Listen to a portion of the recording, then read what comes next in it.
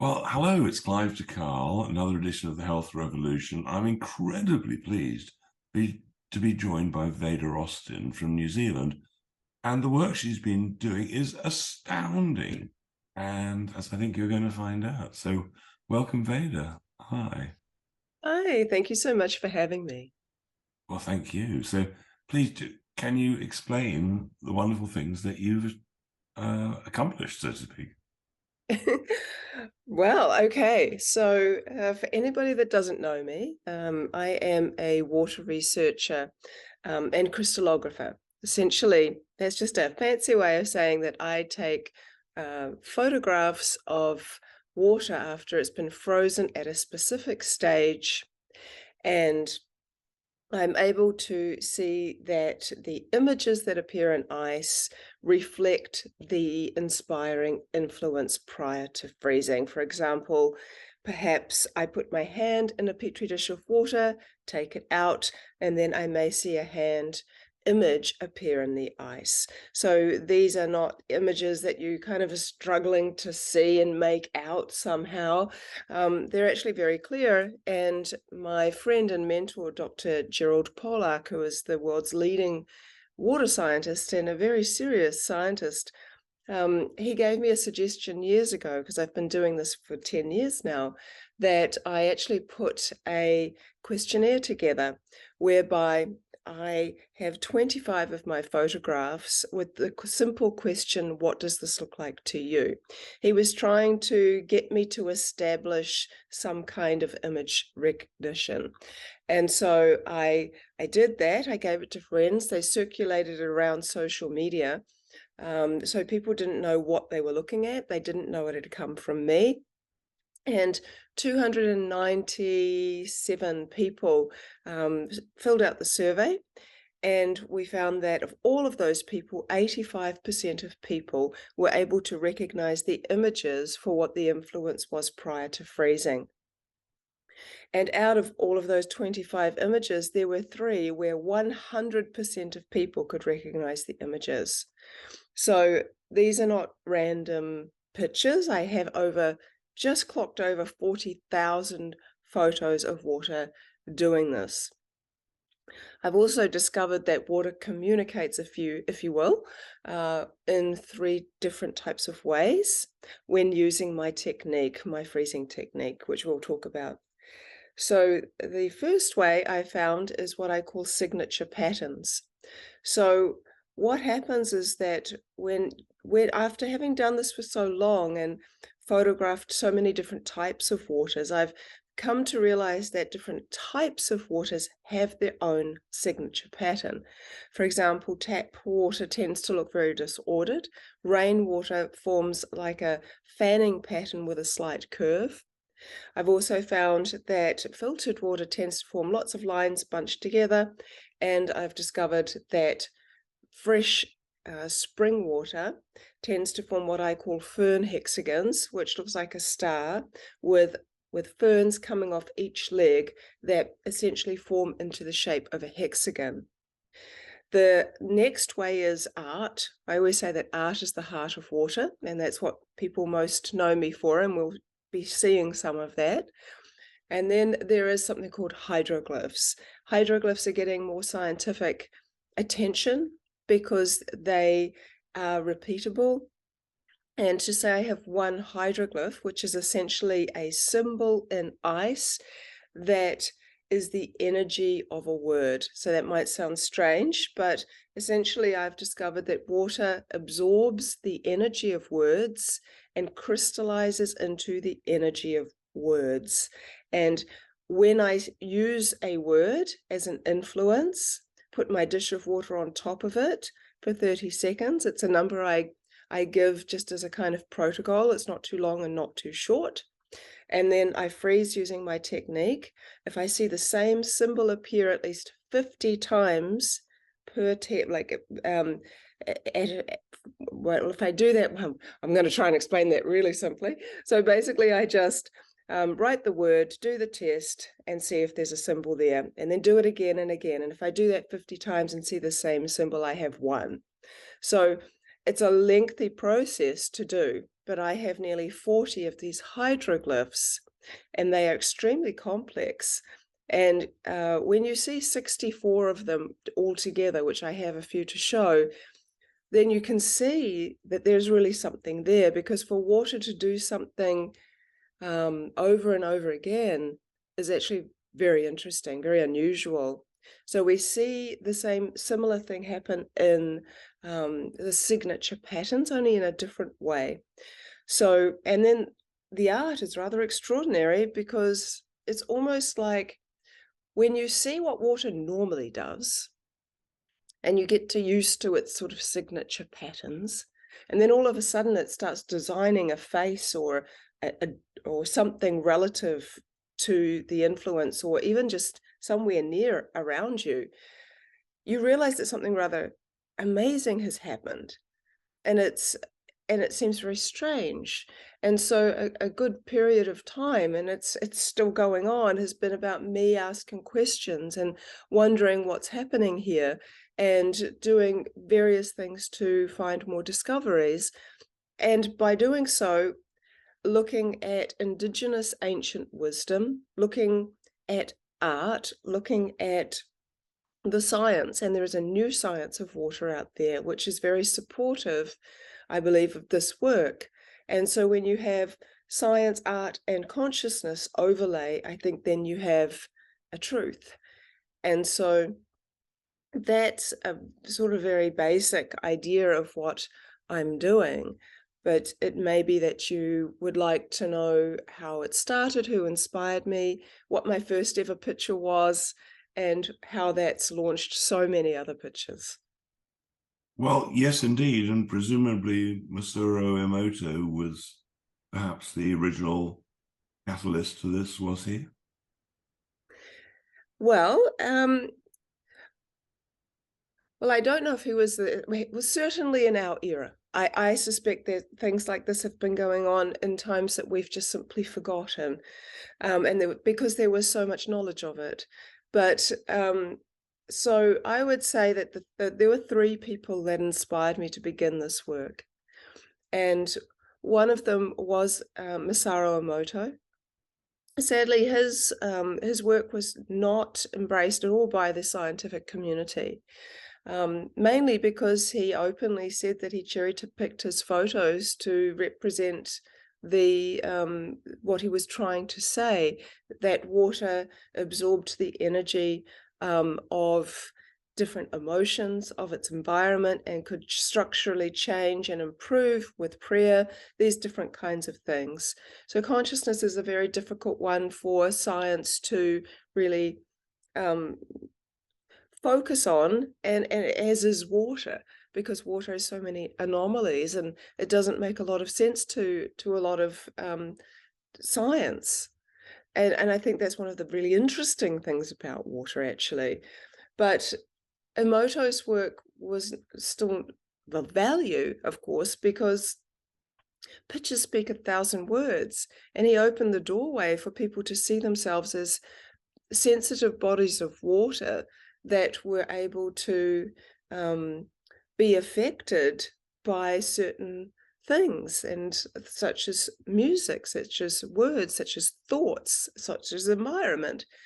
And he really I think he was one of the real pioneers in helping people see themselves as bodies of water, and associate water and the human body with themselves.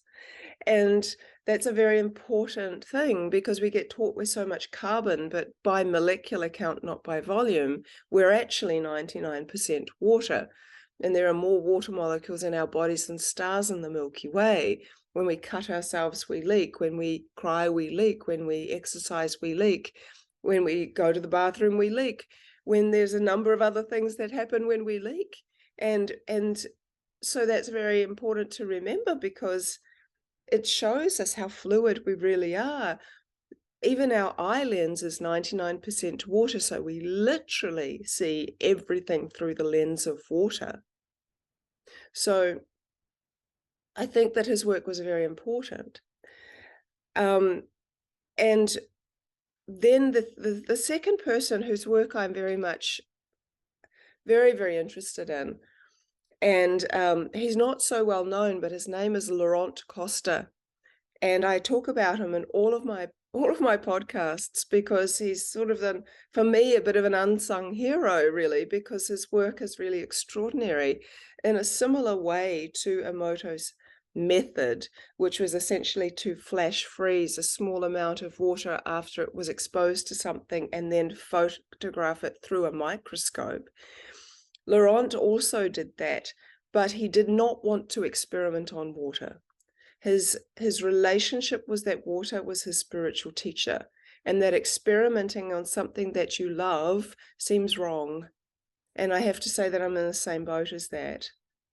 And my father is Maori, and I see the world really from a bit of a well, definitely that threefold perspective, and I really do feel that water is a life force energy, and that for me to go ahead experimenting on it with that mindset doesn't really feel right. So what he was doing was remarkable. Like he wanted to be the observer, the best that he could. He was inviting water to share whatever it wanted, and sometimes he would smile at the water prior to him flash freezing and doing his process. He was not only getting geometries like snowflakes in the way that Emoto was, he was literally getting smiley faces smiling back at him in the ice.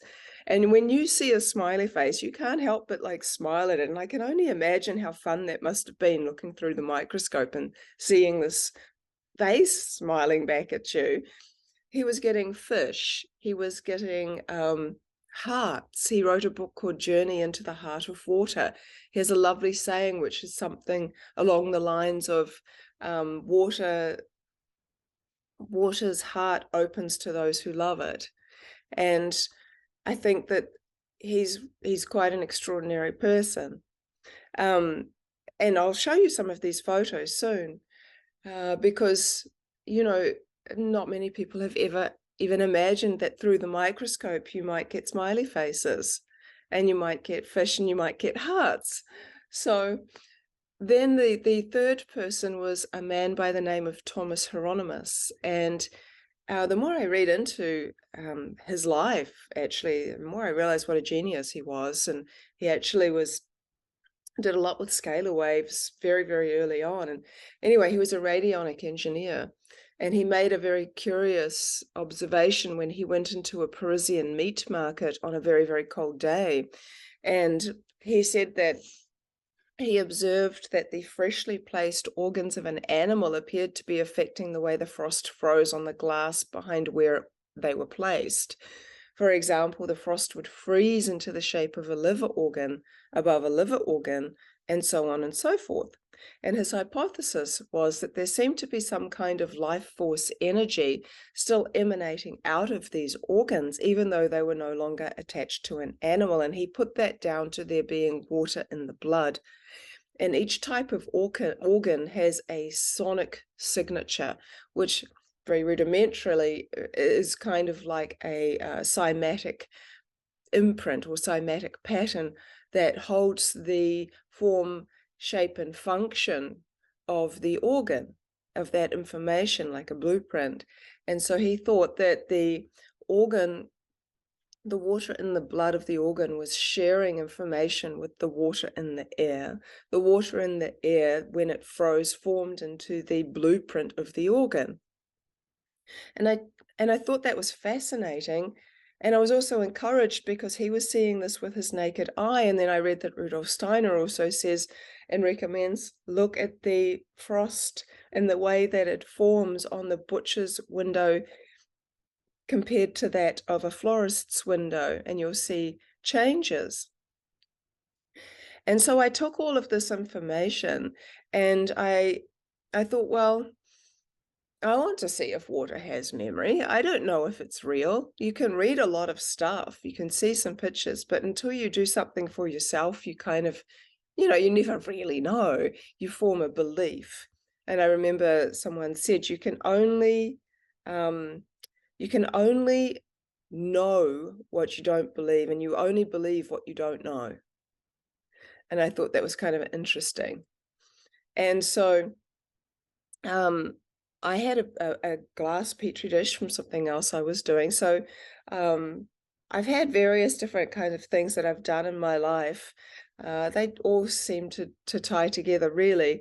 But years and years ago, I worked as a oil painter. Like I was an oil painter for many years. So I see the world very artistically, and I love to paint. But on top of that, I'm also a researcher, and I'm very interested in science, but I love art, and I'm also quite spiritual, so I incorporate them all. So I'm very good at looking for patterns. It seems to be a gift I have. And that has worked very, very well within my area of expertise. So I had had a healing experience with a spring water here in New Zealand after having been in a horrendous car accident. And I was curious, about water because of that. I was like, well, what made that water extra special so that it really made a difference to my healing process. And so I started looking into it. And it was a very naturally alkaline water, and it had a very high pH of 9.9 out of the ground. And as I was researching, trying to find out why I'd had such a profound healing experience with it, of course, you look at an analysis. So when we're trying to learn about water, a very traditional method is to go and look at an analysis. Let's see what's in the water, what the water is like. And so I was like, okay, it has, this amount of TDS, and it's got this amount of bicarb and blah, blah, blah, blah, blah, which is all very logical. But I came to understand that I knew nothing about anything about water. All I was learning about was what water holds. What was in the water? What did I actually know about the water itself? And that became a very important question to me, of which I've come to understand a lot more about. But I began with a curiosity. So I got my petri dish of water, and I was holding it, and I thought, well, look, I've seen Emoto's work, and I thought, I'm going to project a thought into the water, and then I'm going to freeze it, because the secret seems to be in the freezing for all three people who I mentioned, where the unseen becomes seen. And so I held my dish, and as I was, and I'd put some of the spring water into my petri dish. Now, I've used many different waters over the years, but for this one, this is the water I used. But I noticed a little bit of fluff floating around in my dish. So I was like, oh my God. So I put my hand in to take out the fluff, consciously thinking, I wonder if my hand will have any impact on the water's memory, because I didn't know if that was really a real thing, and I wanted to see. So I thought, well, that thought will do. I then put it into the freezer with the peas and the broccoli and everything, and I completely forgot about it for several hours. And I had no attachment to what would happen. I really had no idea. It was just something fun to try. And my energy was just curiosity. When I came back and I pulled it out, I held it up to the light, and I took my very first photo on my iPhone. That photo has really been the launch of this absolute 10-year dedication to water. What I saw was an image of a hand that looked like the X-ray of a hand. It took up half of the dish, which meant that it was macroscopically huge. And it freaked me out a little bit because I wasn't expecting that, and it was so realistic. So much so that I showed my son, and he was quite young at the time, and I asked him what it looked like to him. And he had no idea what I'd done or even what he was looking at. And he said, "Oh, it looks like a hand, Mum, like an X-ray of a hand." And so then I thought, well, what water would be naturally informed? So I went to the ocean, and I got some water and I froze a thin layer of the seawater. And I was nervous before I pulled it out because I thought if I see something in relation to the ocean here, then that means maybe this isn't random. And so when I pulled it out, the photo I took was of this fish with gills and fins and scales and an eye, and it was really quite remarkable. And that's when my freezer became my most used household appliance. And I'm about to show you all of what I've just been sharing. But I would also say that after a year of freezing things solid, I learned something very important, and that is that I was capturing. I like literally. I'm amazed that I got the imagery that I got when I totally froze water after learning my technique. I've realized that water freezes in 3 stages. The first freeze is where I now take the water out at, and I have a little video to show you what these 3 stages look like, and we'll get into that in a minute. So I'm going to screen share. If you're able to please make me a co-host and then I can screen share, that'd be great. I shall. Just while I'm doing that, you mentioned Gerald Pollack. Does his work, would you say, is the that stage of easy water a part of what you're seeing? Is it that special stage? It is. So outside of the exclusion zone water being in our cells, which is the 4th phase of water for anyone that is tuning in that doesn't know. So it is H3O2. It has extra oxygen and hydrogen atoms. So it has certain qualities. It absorbs more light is one that really interests me. It has a negative charge, which is really, really relevant to healthy cells. It is more viscous and has it's slightly more alkaline.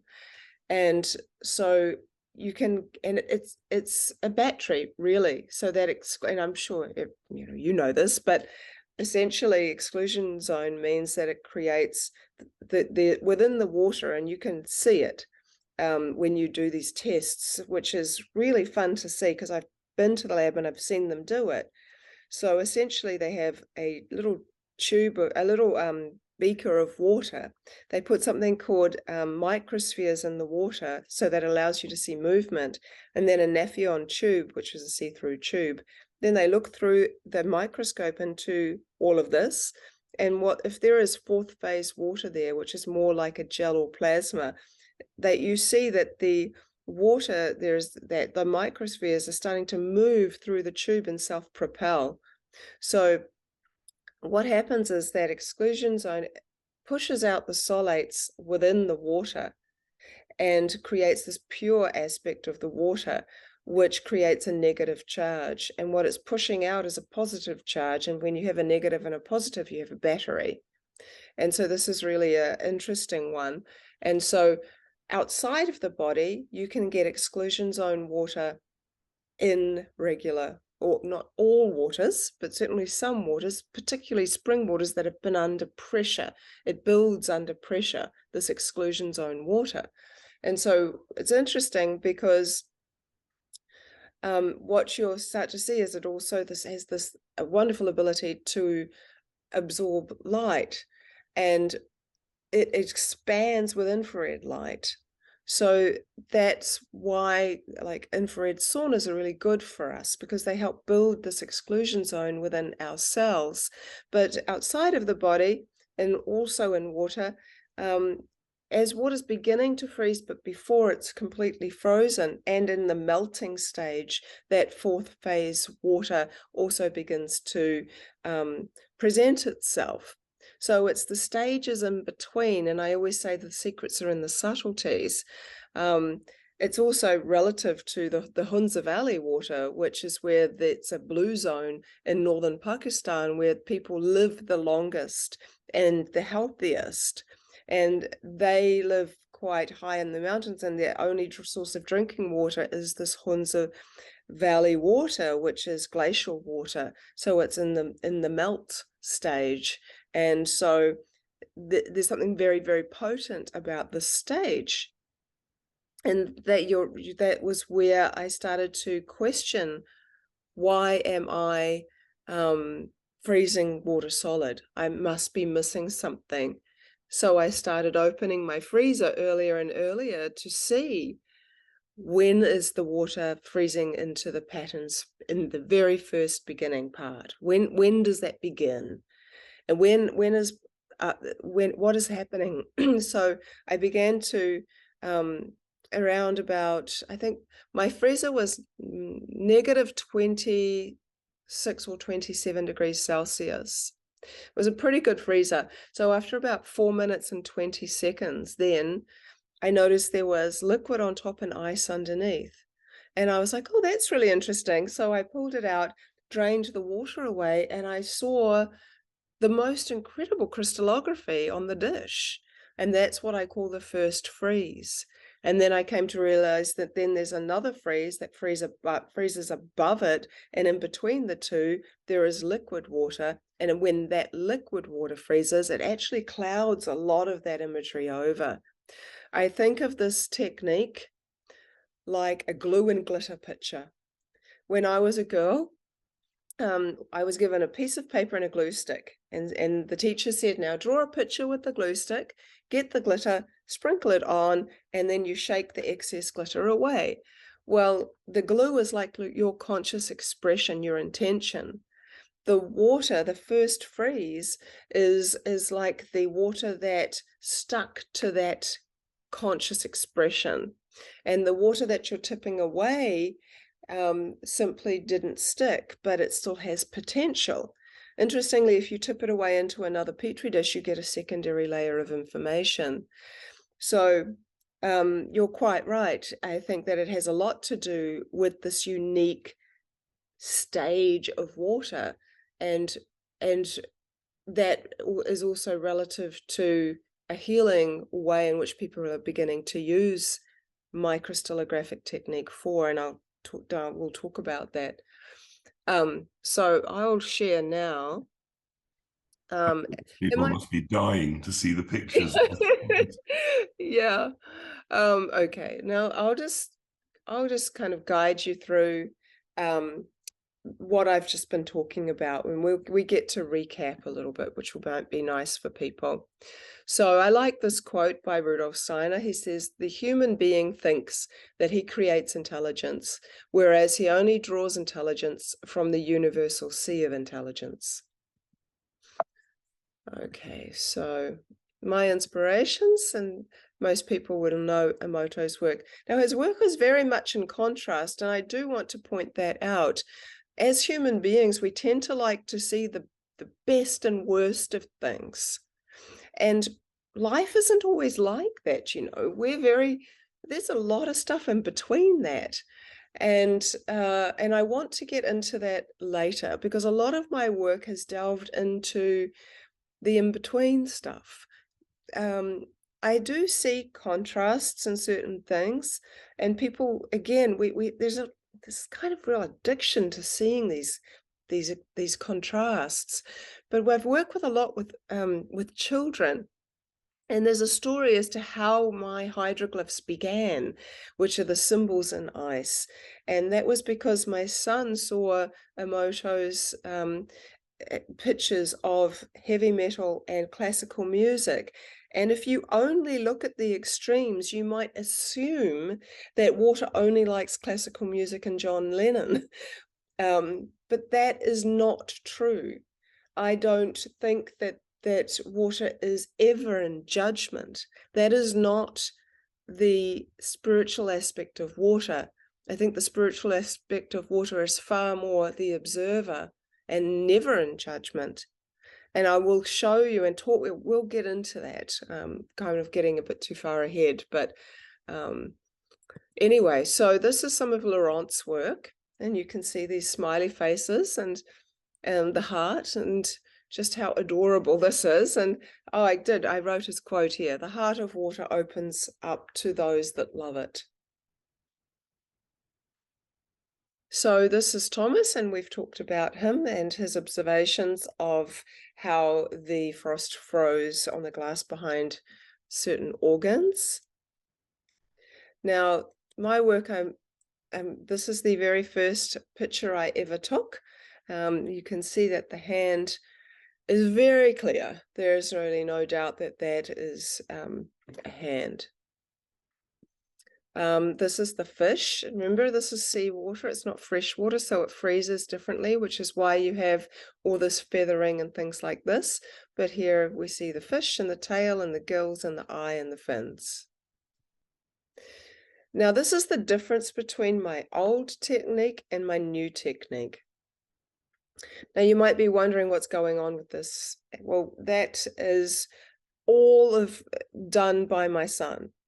So my children have been basically grown up watching me do this and have contributed greatly to this body of work and my understanding that other people can do it.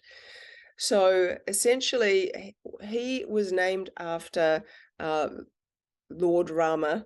He's part Indian, and so we were talking about how Lord Rama always has a bow and arrow, and my son Rama was trying to con me into buying him a bow and arrow, and I was going, oh, we need to think about it.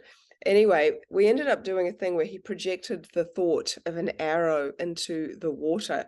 He froze it using my technique, and he took this photo, and you can see how remarkably metallic the arrowhead looks. It looks like it's just kind of embedded into some kind of bed of golden grass or something. It's really quite striking.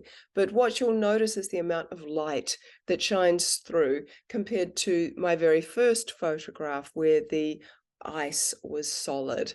And this is one of the beauties of being able to photograph it in the first freeze, because I can play with the colors in the background, and that's why you see different colors coming through in some of my work.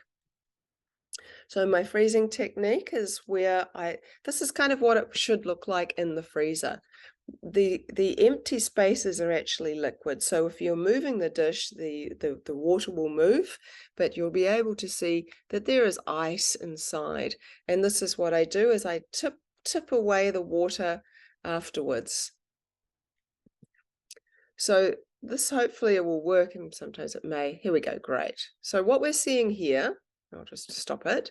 This is the first freeze. So what we're seeing in this video, a very clever person was able to put a specific kind of camera into the deep freeze and watch the water freeze from beginning to end. And this has been one of the most helpful videos for me to show people what the first freeze is all about.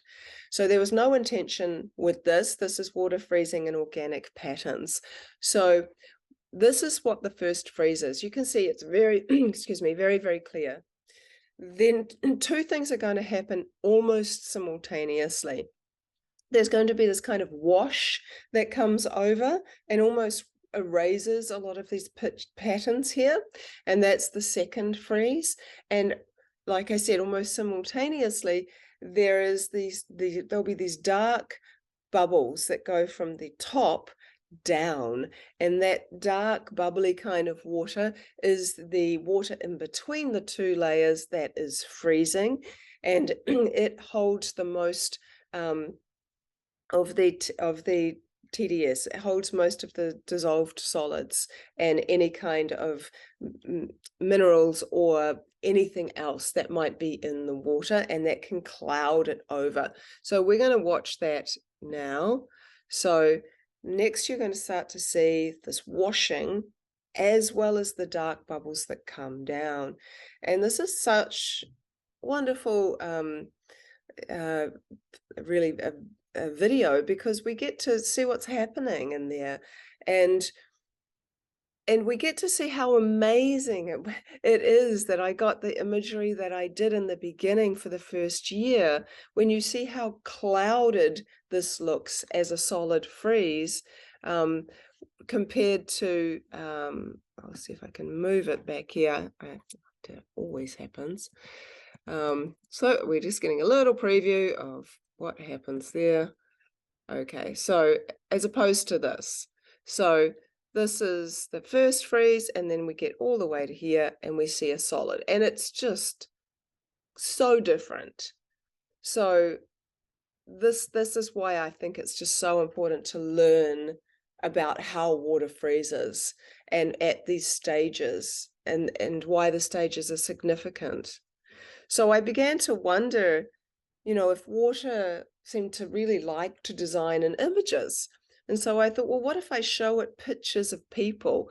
Will that mean that we're going to start seeing actual, features of people? Wouldn't that be remarkable?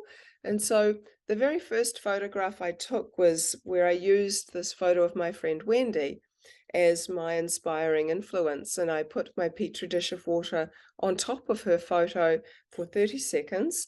It's not too long, it's not too short. And it's a protocol I suggest to people when they begin learning this work, as far as that timing goes. But the more your relationship strengthens in water, and the more you work together in a way, the less you need to do any protocol. It's almost like water knows what I'm going to ask it before I do. So this led on to a number of other photos of people and of faces. And I think that this is extremely interesting because you start to see the features of each person's face or statue or coin. I wanted to use different types of faces, and I just think this is rather extraordinary. You can see I've over-frozen this one a little bit, and of course it's important to learn along the way that I've been learning along the way. I haven't got it perfect every time, but you can still see the faces coming through. And different waters freeze at different times sometimes. Like tap water tends to freeze um, a little bit quicker than spring water, for example. And here are just some examples of my work. And there's a story behind each picture. So this was a really fun one because basically this dog was smelling the petri dish of water before it got frozen, and his nose showed up in the water. Over here, this is my cat Jiva, and Jiva would often try and put his paw in the water and like take something out of the water, and he'd spend a lot of time staring at my petri dishes of water as if he was seeing something else in there that I couldn't see. So one day when he was staring at the petri dish, I simply froze it afterwards, and you can see his little face in there. This is a really interesting one. So I was at a cafe and I saw that there was a bowl out for thirsty dogs, and the Schnauzer dog, like this one, was drinking out of it. And my thought was that, oh, I wonder what that dog bowl water would freeze like. And so I asked the waitress and I said, do you think I could have a takeaway cup and take away some of it, that dog bowl water? I know I sound like a lunatic, but I'm this crystallographer and made this. I told her all about what I was doing, and she, smiled, but probably thought I was nuts. But the picture was so worth it. And what's interesting is, though you can't really see it because these are in these certain formats, the rest of the body you can see as well. So in the actual imagery. My father, his favorite one is the swan. Now, let's go ahead. Okay, so here are just a few more. This one over here of a Maori pātaka is really, really interesting and super complex, because I went to a spring to collect some water, and that area where that spring was coming out of, there was a lot of Maori settlement there from over 100 years ago, and the Maori believe that they have this wonderful relationship with their ancestors. So even in the water, it is said that there is aspects of their ancestors there, and even in the houses that they build and the buildings that they make in their canoes represent, or even sometimes named after, ancestors. And so this is what's called a pātaka, and a pātaka was a food storage hut. and sometimes they would store gourds of water in there.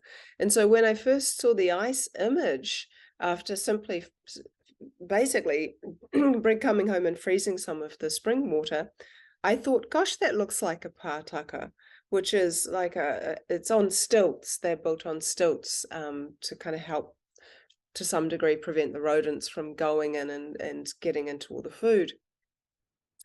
And so I started researching and the area, and I found some historical sketches, and I found that actually it looked just like the pātaka that had been sketched that used to be there, which was very common for traditional Maori. So I found that really, really interesting because it's a very complex picture.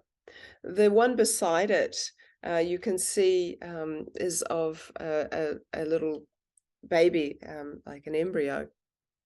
And what's interesting here is that you can see that there is light all the way around the spine, around to the head, and it looks quite unique because it's kind of glowing.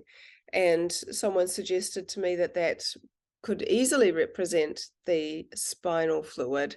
And I was talking to Dr. Mauro Zapatera, and if anyone has never heard of him, I highly recommend looking him up because he's a Harvard doctor, but he is literally saying that the spinal fluid is the portal to cosmic consciousness. And so this is it's very interesting because I'd given a pregnant lady some water to drink and leave me some while she was thinking of her baby, and we can see this a little baby in the ice. Over here you can see the water is designed a Maori heitiki, and I used one of Van Gogh's sunflower paintings, his sunflower painting, and water made its own beautiful design, which I also just absolutely adore. And so here are just a few more. What's interesting about the one bottom left is that I hadn't shown the water my initials that are written. I had asked the water if it knew my name, and it designed that VA. But what's crazy about that is that it designed the VA linked in exactly the same way as I link my initials that you can see right beside it. You might wonder, like, why is Batman there? Well, like I've said, my children have played a very big part in this work, and my son would often watch a movie with a petri dish of water and then freeze it. And so it happened to be Batman this one day. Top right, I think this is a significant and important photo. I was sent a video. I don't know why someone sent this to me, but anyway, I always have a dish of water beside me. It's kind of like my constant companion, and I'm often in the kitchen doing this because I'm so prolific. And so there's often a dish of water around. And so I saw this video on YouTube of this pig that was escaping from a truck that was taking it to the abattoir, and it jumped out of the truck literally, and gratefully it was fine. But what's interesting here is that you see the pig is quite obvious. You see his snout and his mouth and his eye and his ears and some kind of and his body back here. And so that's what I first noticed. But then my son pointed out something. He said, "There's another pig, Mum." And I said, "Oh, yes, I see it. So there's the ear, and there's the outline of his face, and there's his eye and nose, and again, his neck and back." And what's interesting is that what we're seeing is water's probably seen, if you want to use that term, seen a second pig wanted to jump out with the first pig. I suspect there was one trying to follow it. And then I have, I hope it's in this, another image that kind of reflects that same thing. Well, I don't know if I can see it, or maybe it's in the next one. If it's not Can I on. ask a question? Yes. How repeatable can these pictures be? Well, imagery tends to not be as repeatable as well, certainly hydroglyphs are repeatable.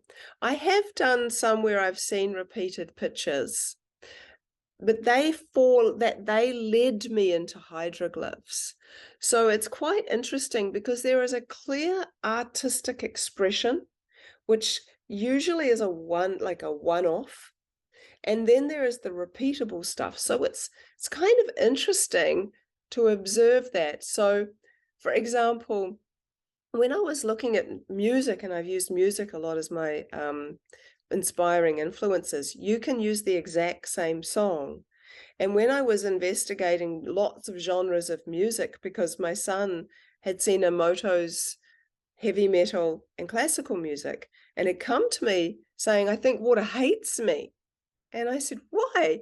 And he said, because I don't like classical music and I don't really even like heavy metal. And children will often, if they can't associate with one or the other, they'll assume the worst, which he'd done. And he said, but I like rap and I like Tupac, and sometimes Tupac swears, and I think water hates me. And he was really upset. And I said, no, no, no, no. Water's not in judgment. Let's look at lots of genres of music, of which I did. And I observed that by playing the same song with some of them, I started to discover that a certain image would appear repeatedly, and that image would relate to a word in the song. So when I did Stairway to Heaven, I kept repeatedly seeing the stairway image, and that became a glyph.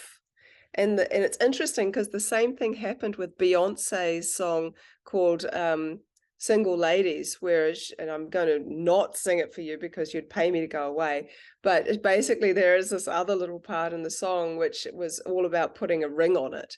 And I saw this ring appear in the ice over and over again.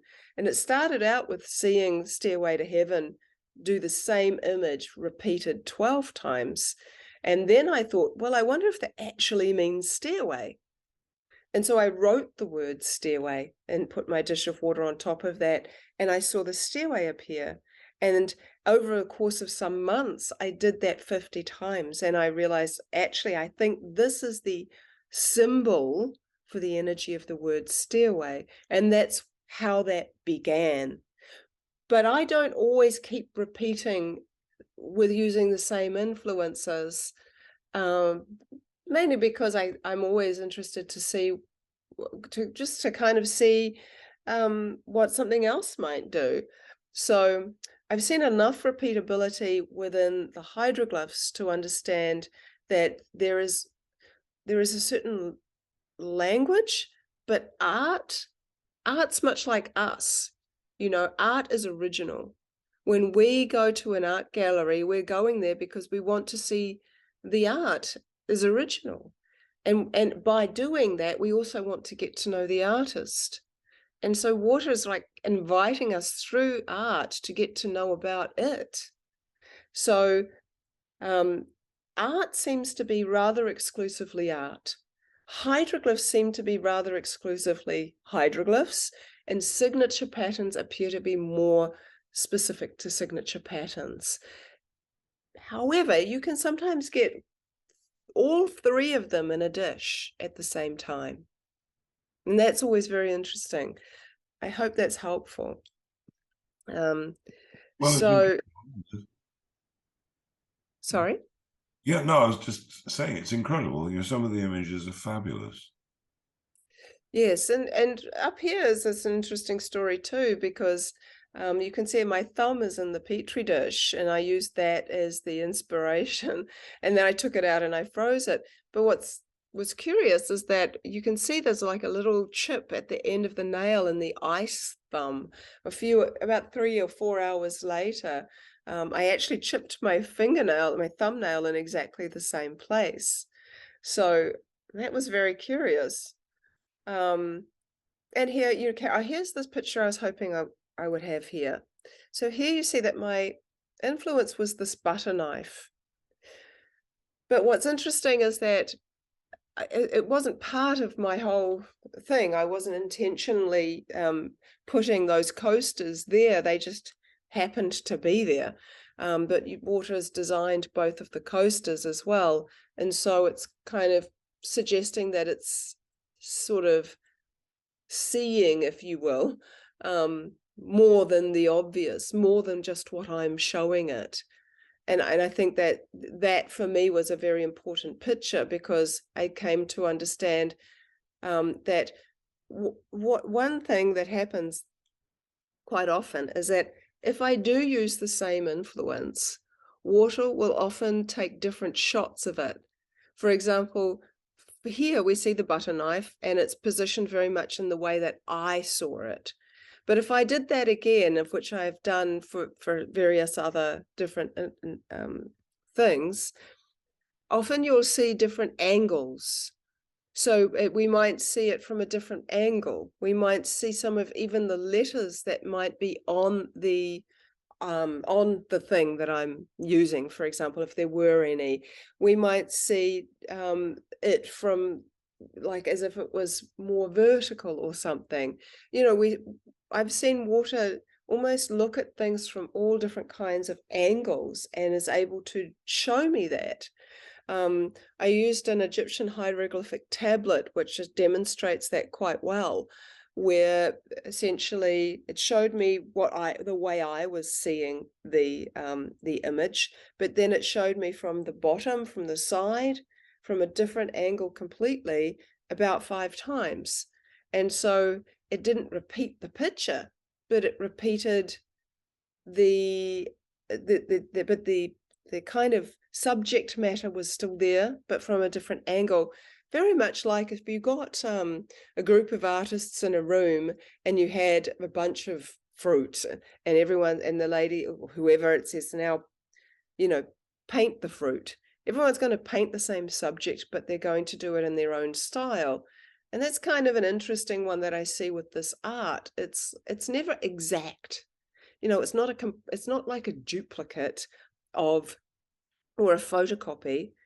But I think that that's one of the most amazing things, is that it seems, because art is actually a very human kind of expression, you know, whereby we create something from nothing, seemingly nothing, or certainly we have inspired thought and we can just put pen to paper or brush to paper or canvas and we start designing, and everyone's styles are so different. So it's very interesting.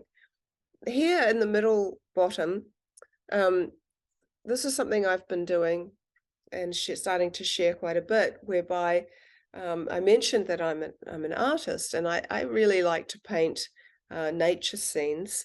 And so this person had done a painting with lots and lots of birds, a South African artist. And so I was staring at her picture for a long time. It was just on the screen on my laptop, and I was really studying it. And then I closed my eyes and really held the picture in my mind's eye, and then I stared at the water for about a minute. And then I froze it, and you can see it's definitely done something rather extraordinary that has quite a bit of similarity to this.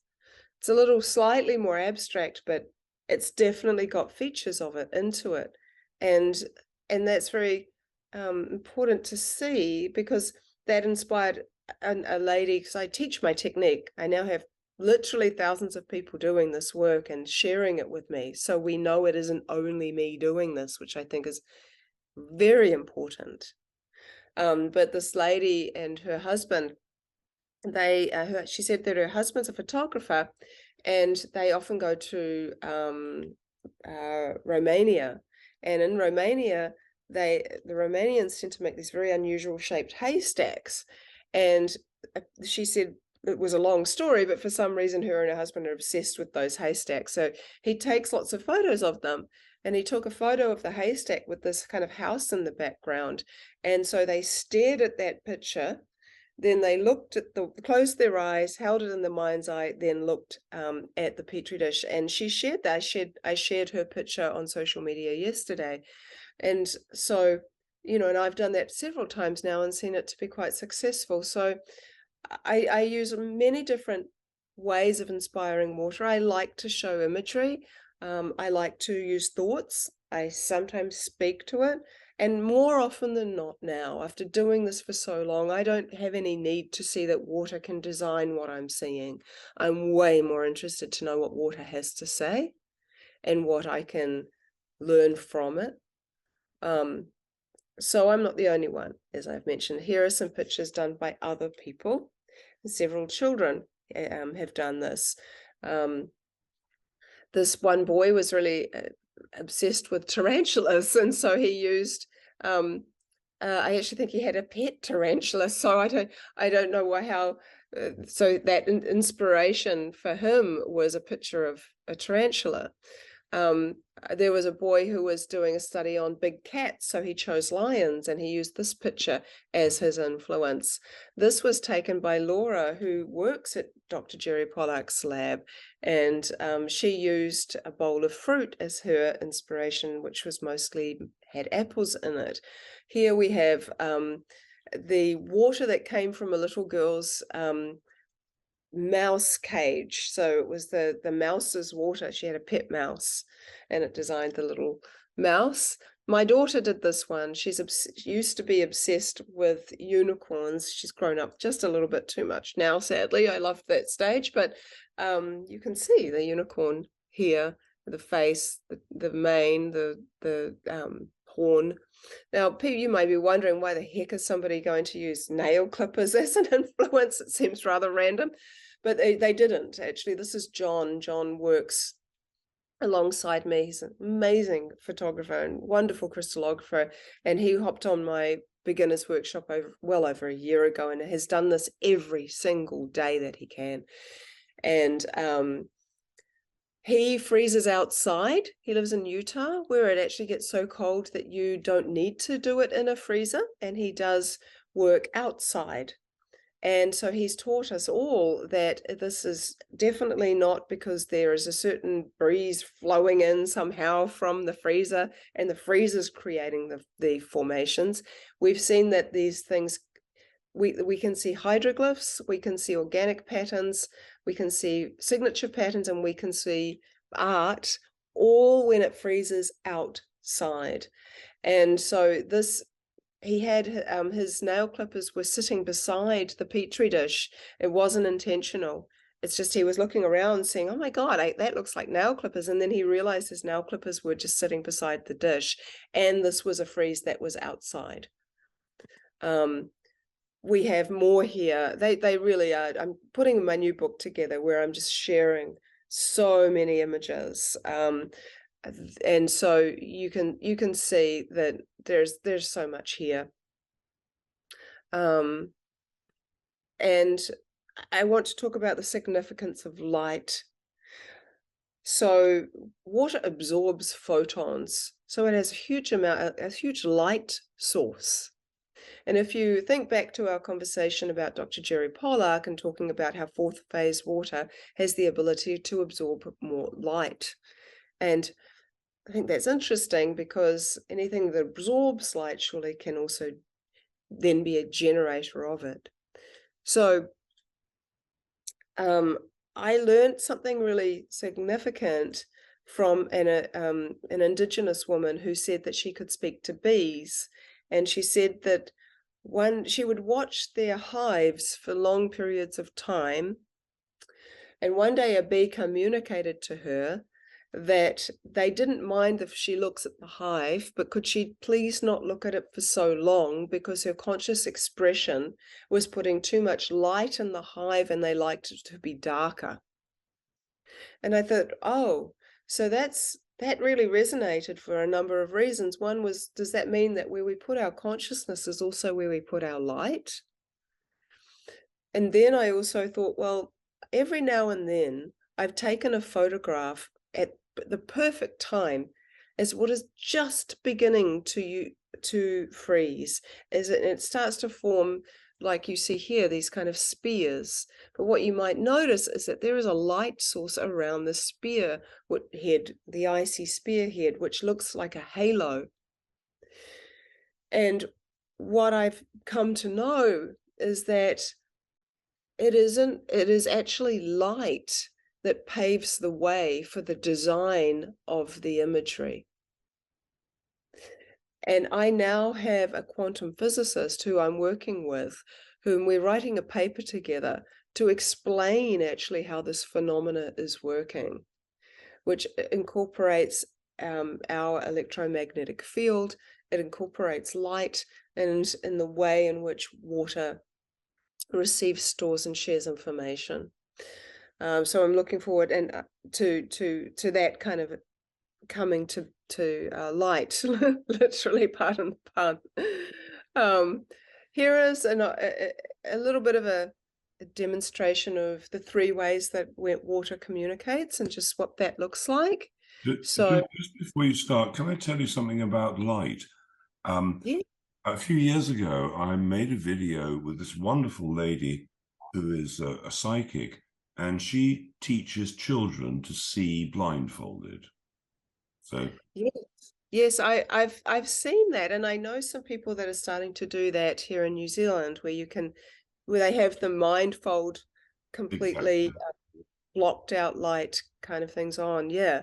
And maybe you've heard the children say when they ask, well, how are you doing this? They often use words like, well, I'm using my inner light to see. Mm.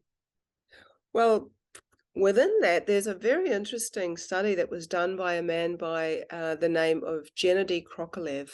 He was a scientist as well as a psychiatrist. And I think I have his photos at the end of my presentation, so I'll share it now in case, and then if we need to, I'll jump forward so we can see them. But he was working with psychiatric patients that were having hallucinations and really afraid of a lot of what are the things they were seeing. And it was on such a regular basis. And he wanted to see if these visions that they were having were able to be in any way captured on camera. And so he made a decision that he was going to photograph the retina of their eye as they were having a hallucination. So he made this kind of thing where he got some goggles and he took the lens out of the goggles and he was able to attach it to this old-fashioned camera called a Zenith camera, which has a box that comes out from the camera itself. And he attached that box to these goggles, so it was dark. So where the eyes could see, it was only dark, this dark tube, if you will, this kind of square where this box was. And so he would take photos as they were starting to have a hallucination.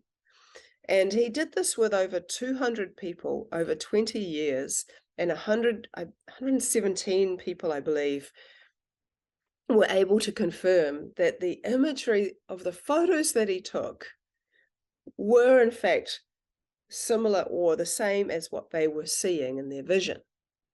But what's interesting even more is that this was repeated by Russian scientists over the last 15 years. And they made a documentary about it, but rather than using psychiatric patients, what they did was they used a remote viewer. And they, instead of using the goggle setup that Gennady used, they used a scuba diving mask and attached it to around this kind of square box thing of this old-fashioned camera. They used the same setup. And the scientists stood behind a wall and held up letters, numbers, or shapes. And as this remote viewer tuned in to which it was in her mind's eye, then they would take a photo. And they were able to prove that in her mind's eye was shining enough light, if you will, for the camera to pick up the shape of the numbers and the shapes. And there were 2 hypotheses around it. Probably people were leaning towards the second. The first, Gennady suggested that maybe there is a secondary realm of consciousness that can be sometimes picked up. And when you think about the sensitivity of cameras, they're often picking up orbs and things like that that we don't see. The second one was that the brain sends information to the retina of the eye, and the retina of the eye organizes that into picture form and projects it like a hologram. And it's interesting because I've done an interview with Venice McNeil, who was one of the directors. Her and her husband directed the series Magical Egypt. And she talked on one of my master classes about how the ancient Egyptians understood very well about DMT. And she said that there is a large amount of DMT in the retina of the eye, and that they kind of had this idea that actually the way we see the world is in fact through a holographic imagery coming through from the DMT in our eyes and bodies. So I found that very, very interesting and provocative idea. So I'll go back to this. I think that what was interesting was that it had to be in the mind's eye. So you really had to have a focused vision to be able to get this stuff on camera, what they were doing. What we're seeing here is far more quantum. We're seeing water not only needs your thoughts, but is very interested in your feelings. So I often say that water is more interested in what you're feeling than what you're thinking. And it can pick up stuff, just show you things that are around you, let alone what you're wanting water to do. But it's important to remember that water is wild, so if you go into this work thinking that water's just going to do what you want, you'll probably be disappointed, because this is why water to me really is a spiritual teacher. And that the more curious you are, the better it works. The more assumptive you are, the less successful you are.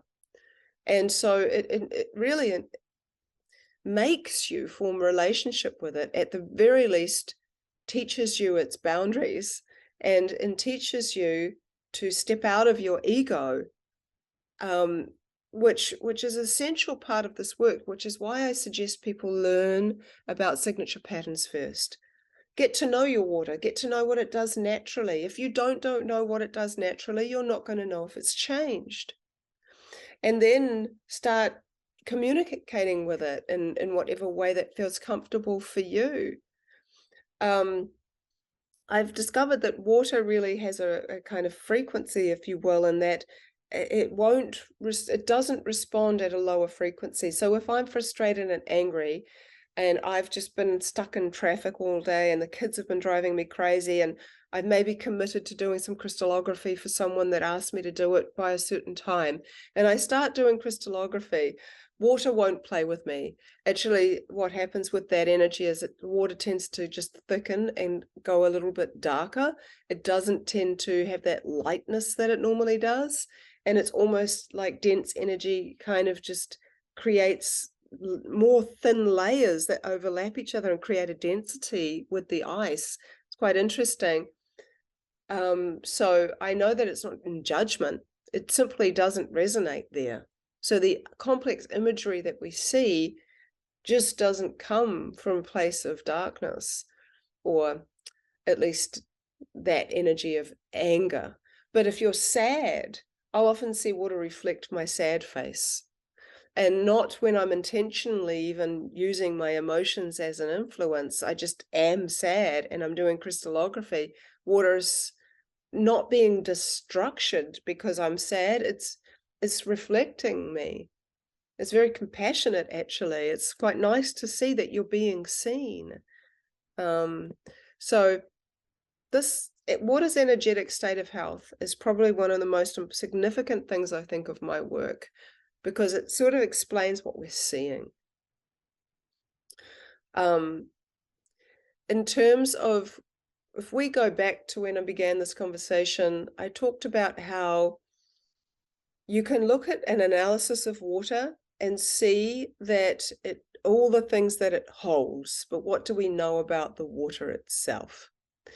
So people are often surprised when I say that tap water is very receptive, because we think, how is that possible? It's full of heavy metals, it's full of chemicals, we don't want to drink it. It's like, it gets the worst rap, and it's often almost something that gets ignored in the world of people that are trying to use water for health. Now, I'm not talking about drinking it. I'm learning about water. What is water? So tap water has helped me significantly. So here we see the traditional patterns of municipal tap water.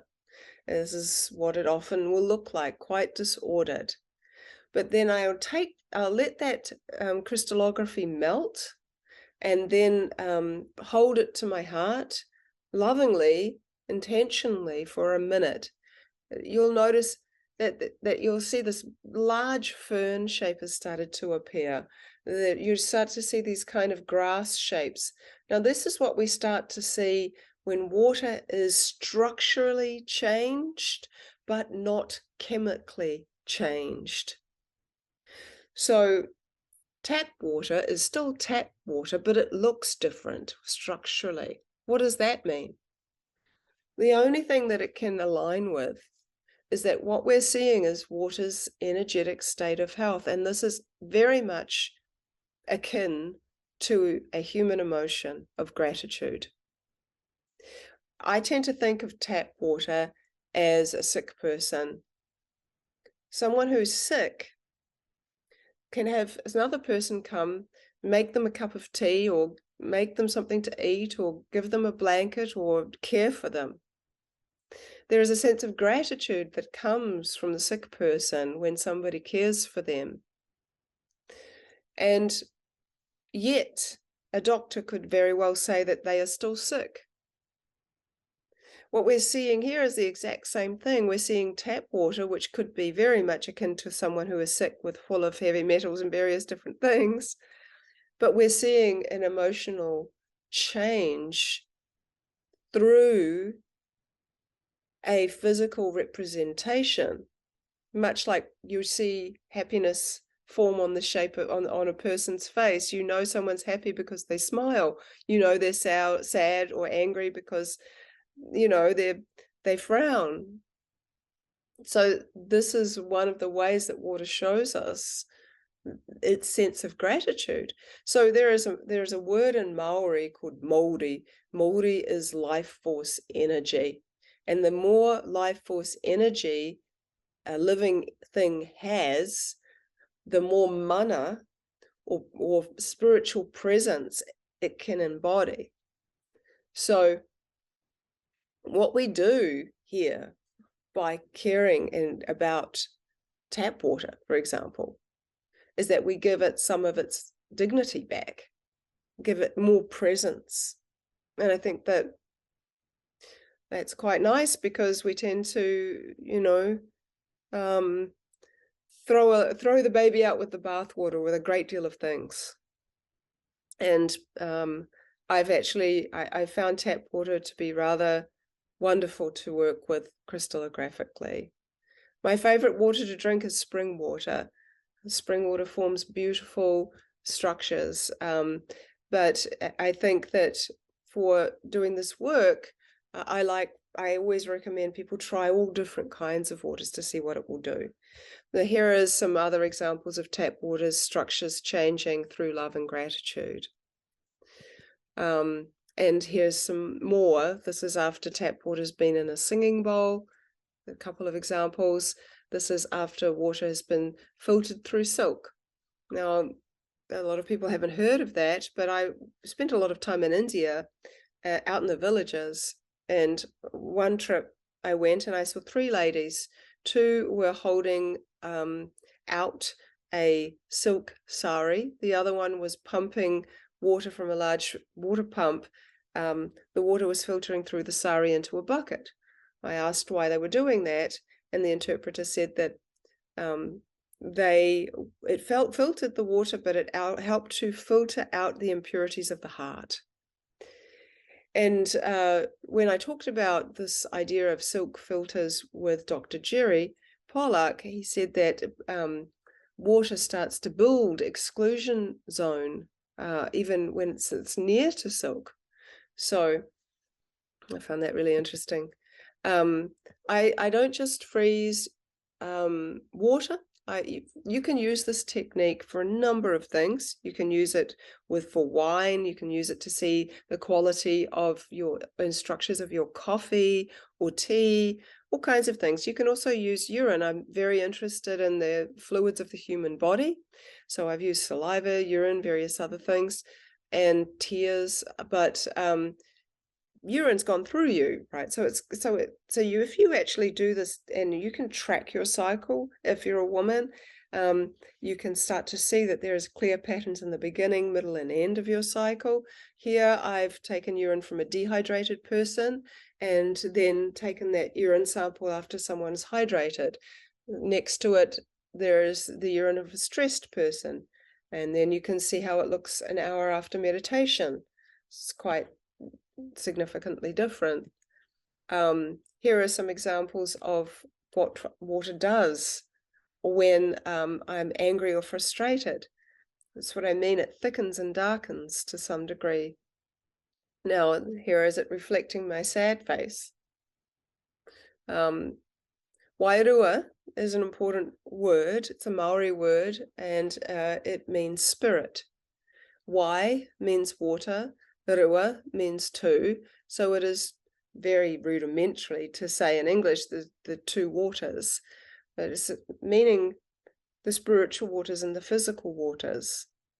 And I think we have both within us. And I think we need to remember that water isn't only liquid. Water is a liquid, it's a gas, it's a solid, and it's a gel or plasma. And there is subtleties in every single one of those stages. There is about 300 different types of ice, for example, and each different type of ice has its own significance, its importance, its subtleties, and we know so little about water that really this is just like a drop in the ocean of what we really know. I've been studying water for 10 years and I keep realizing I barely know anything, and that it's just this constant deep dive. And I think this is very important, given how much water we are, that we know so little about it. Scientists can't even agree upon where water came from and how it seeded the earth. Some think it came from asteroids and meteorites. Some think that it came from the Earth's mantle, which is, there's a great deal of water in the ringwoodite, held within the ringwoodite in the Earth's mantle. And they think that cracked open and created water that came up through fissures and through the tectonic plates moving. And some scientists think it's maybe both. And so, because we don't even know, really, we can't agree upon it. Either way, none of us have been to the Earth's mantle, and none of us have really been all the way through the whole universe. So, it's an alien substance of which we can't live without, of which no life can live without. There is no life without water, and yet we're very, very reluctant to say that water is alive. And yet, in a way, you can say it's alive, because let's say you've got a spring, that water is defying gravity. It's almost saying, I am ripe, I am ready, and coming up, which nothing normally does, saying, drink me. That's why I call water the rebel element, because it defies the laws of physics and gravity when it expands, when it cools, and it can go up trees as well. So it's a very good point. So these are some special photographs where I think, which are special to me, specifically the first three. So you'll see a picture of my mother and I there. And my mother, she died in 1999, eventually of bone cancer. And she was my best friend. She was just an absolute walking angel.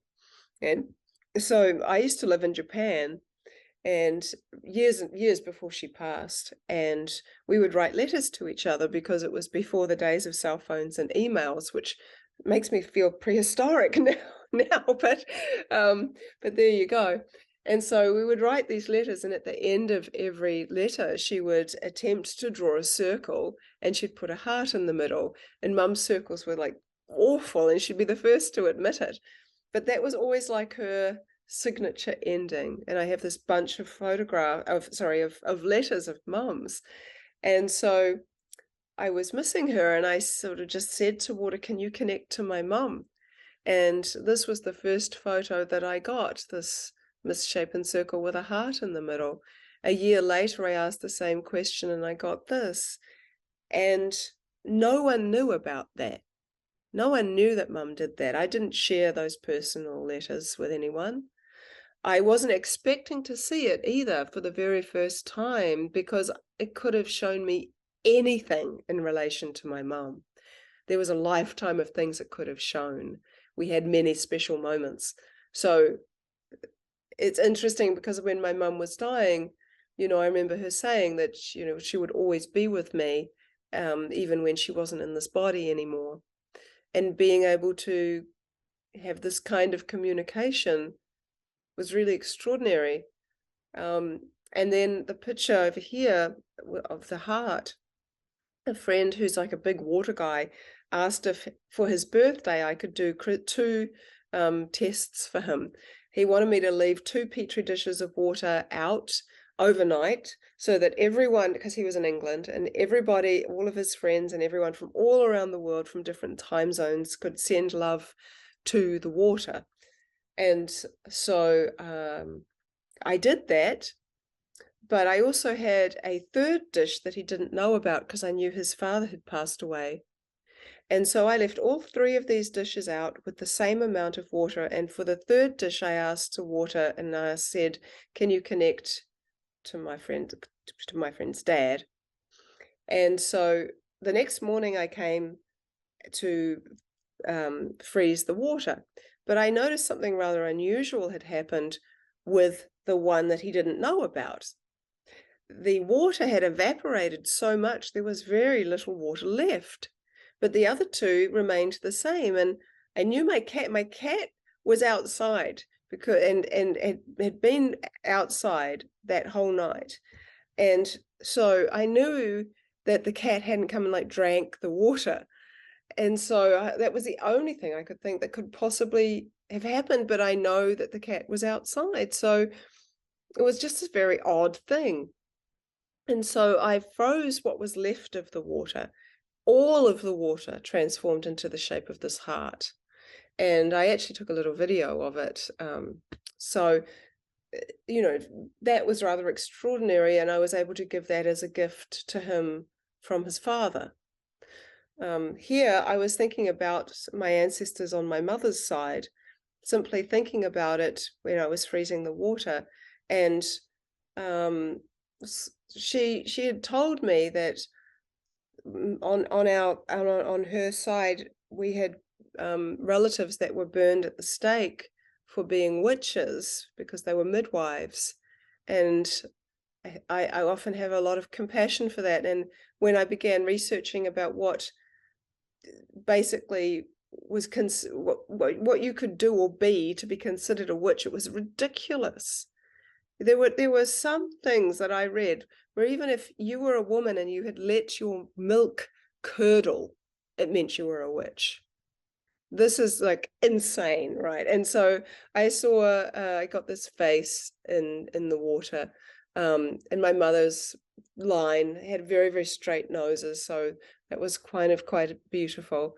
And then this one I did for a lady whose cat had died, and she was very, very upset about it because the cat was like her baby, and she really wanted to know that the cat could see her. She was just, is the cat okay? And the cat see me. And so when I did that, I got these, it's almost the back of the head of the cat looking outward. So what is the relationship between water and spirit? I think it's a good question to ask. And that ties in, I believe, with, I just want to see what's happening next. Okay, that's that. So it very much ties in with this wider, this spiritual and physical waters. Now, because I think that the spiritual aspect of water is very much the observer, I was investigating the idea of the observer. So then that led me on to interviewing quite a number of people who have had near-death experiences. One of them of whom is a guy called Hone Edmonds, and his heart had stopped beating for 25 minutes. He ended up writing a book about his experience, but he and two other people literally said the same thing. They said they had the sense of rising, and then they looked down upon their body being resuscitated, and they had no attachment whatsoever or even idea that that used to be their body. They became the observer. This idea of the observer is well documented with people that also have had psychedelic experiences. Now, I'm going to bring my son into this, which seems like, what the heck are you doing here? But he recently, in the last few months, broke his arm skateboarding, and he's 15, and took him to the hospital. And it was a pretty bad break, and they needed to give him something called ketamine so that they could work on his arm. And the doctor said, look, Rama's going to be here, but he's not exactly going to be here. And so I'd never seen anybody on this before. So it was injected into his arm, and within 4 seconds, that's how fast it happened. Within 4 seconds, Rama said, what the and didn't finish his sentence. His eyes were bulging, his mouth was open. He was just like looking around the room whilst the nurses were yanking on his arm, setting his arm. Eventually, after he came back into himself, it took a long time actually, he was off the charts for quite a while. I asked him about his experience, and he was saying that he was in the corner of the room and he was watching them work on his body. And then he was going into these wormholes and vortexes and all other kinds of stuff, but he had become the observer. We observe ourselves quite often in dreams. People that have the talk about astral travel. So how are all of these things even possible? Surely we need a spirit or a soul or a subtle body to be in the body to be able to be alive. That is the suggestion that some people might make. But then there is this talk of the silver thread that tethers the soul to the body. And that's an interesting idea, because people can die and come back. Like that's what near-death experiences are. So I think that has a lot to do with electrical charge and water. So we have electrical charge. That's not woo-woo. Heart math can read electrical charge. And in some situations, that electrical charge can go for a very, very long way. And this aspect of the spirit water, if you will, I think that this has a lot to do with this the electrical charge. So another thing I'll add is one of the ways that we have intuition is that there is water in the air. And the water in the air, the fact that we breathe out means there's water in the air. It's minute. It's not a lot. And in some areas it's more dense than others. But we're talking very, very subtle aspects here. So that is very attracted to electrical charge. That is able to make us have this kind of like a liquid antenna, if you will. It's more like an evaporated water antenna. That, if you imagine like what a cobweb looks like, a spider's web looks like, with lots of dew on it. That's a very big idea of kind of what I'm talking about, but it means we have this web of energy around us that is able to pick up information and share information about us. And because of this attraction to electrical charge, I think that as long as there is some, even weak electrical charge, that is the tether of the spirit, of this sort of other stage of water. And there is so much we don't know about water, and whether water is consciousness or water is spirit, or water and consciousness work together hand in hand, I don't know. You can look at water and you can look at consciousness separately, and you can see them in a very separate way. But when you bring them together, a lot of things make sense. I'm about to do a masterclass where the topic is what can different religions, cultures, ancient texts, and faiths teach us about water. And you can start to see how much water is talked about in all creation stories. Even in Genesis, it says that God spoke upon the face of the deep or the face of the waters. So water was there and it had a face. You say that we were created in God's image. Whenever we look into a reflection, we see ourselves, we see a reflection of us. There's a very interesting idea, and then in very, very many other different religions and different cultures. So this is something I've personally been very, very fascinated with for years. So we kind of look at this idea, and so their ability to come back was based on, so even if the heart stops beating, there is still some movement, some kind of activity in the brain for about 12 minutes. But I had Dr. Jerry Pollack on my masterclass a while back, and he shared something that surprised me. He said that one of his students did a study on a chick embryo. So you can crack an egg and actually, in a certain way, you can watch the embryo grow. It's a whole thing. You can actually Google how you can do that. But they stopped the heartbeat at 4 minutes. They wanted to see if the exclusion zone would just dip, like drop and go away, like all the other vital signs. But they found that it dropped, but it didn't completely go away. It was still there. And when they brought infrared light to it, it went all the way up and didn't come back down for about an hour.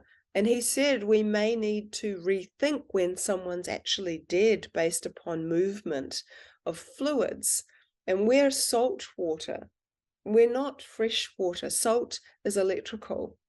So even on the very tiniest amount of electrical charge, I think it enables the spirit, if you will, to come back.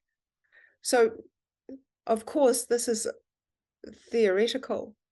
But when you get told through all different religions and cultures that the soul, the spirit, or the subtle body leaves the body, but no one tells you how, I think this is the only thing for me so far that actually makes some sense, given the anomalous properties of water, that we are made up of so much water, that so much religions talk about water and spirit together, that even Rudolf Steiner talked about dew as being like the Holy Spirit. You know, there's so much within that realm to be explored that I hope that one day science will be able to start to really look into the subtle aspects of water, which I think is more like a vibrational vapor stage, which is moving so fast. The idea of spirits, for example, or ghosts is like a vapor. And, you know, and these things can be picked up on cameras. And so even this idea of our thoughts being potentially holographic kind of is an interesting idea of holographic within the vapor realm, or within the evaporated water realm, or the ether, which I think is very much akin with air somehow. So I hope one day this will be something that people can see. Well, or experience. You know, when I was 15, I was very, very interested in dissociative anesthetics. And I used to use ether, which has the same properties as ketamine. And one day, I've been sniffing ether, and suddenly I'm on the ceiling, looking down at my body. And for like a microsecond, I remembered school and my exams and all the stress. And then I forgot all that. And I'm on the ceiling, looking down at my body, a bit crumpled and looking a bit unconscious. And I'm free for the first time in my life. I have no problems. Everything is fabulous. I'm totally free. And suddenly, bam, I'm back in my body again on the floor. And it's so disappointing.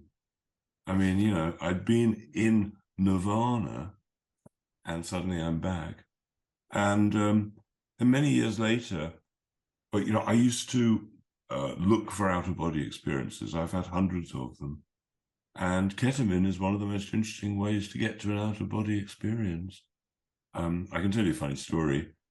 First time I tried ketamine, I was with this girl, and she said, "Look, understand this isn't about sex, but we're going to get naked and we're going to hug each other tight, and we're going to lie down."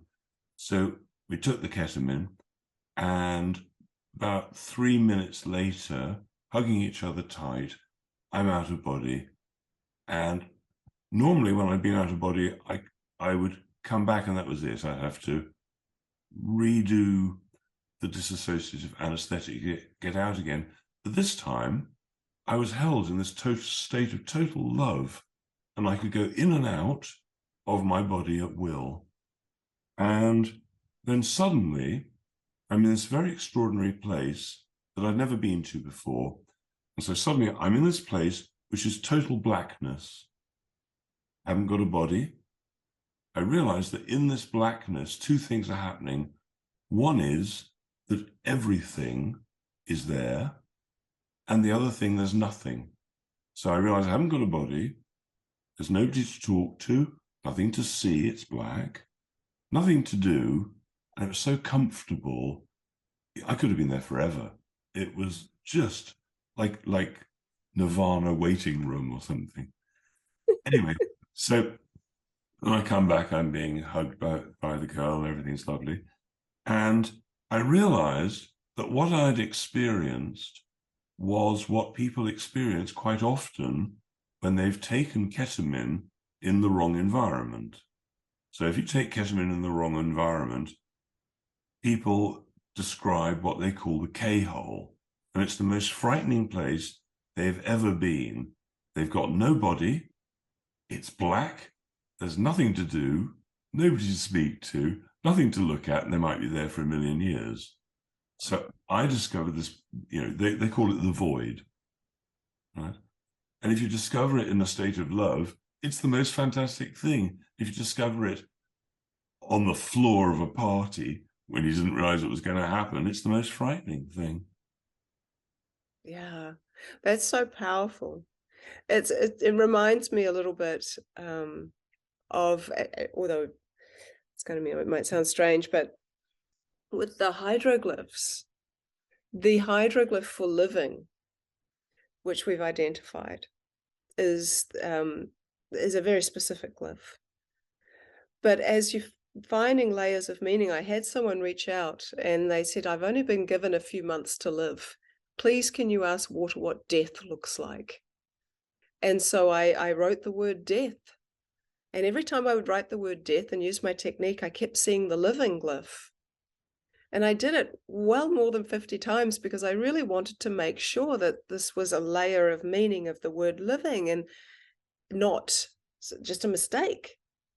And then I realized, oh, well, of course, water doesn't die. We love to label things as people. We love to say, well, that polluted water is dead water, or that tap water is dead water, but that's not a truth. Water doesn't die. It always transmutes into one of its stages. It's interesting because when you look at what we're made of, and pardon the pun, you boil it down, we're water, salts, and consciousness. When you look at salt, and I've done a whole study on salt, and I find salt fascinating because I'm interested in the things that when life is made up of, living things are made up of. And when you put salt into water, it disappears. Water becomes a kind of liquid crystal because a crystal salt is a crystal. But salt's very special because it has that electrical charge.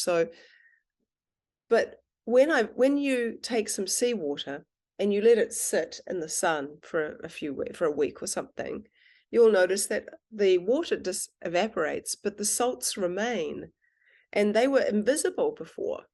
They were you could maybe taste it if there was enough salt in there, but suddenly they're back into their form again. And so when somebody is cremated, the ashes are actually salts. So we're made of these immortal things. Excuse me. And consciousness, of course, well, science doesn't really know much about it, really. It doesn't, it's very hard to observe consciousness without being the observer. And so this conscious aspect with the water and the salt, it's really saying that there is all the potential for for no fear.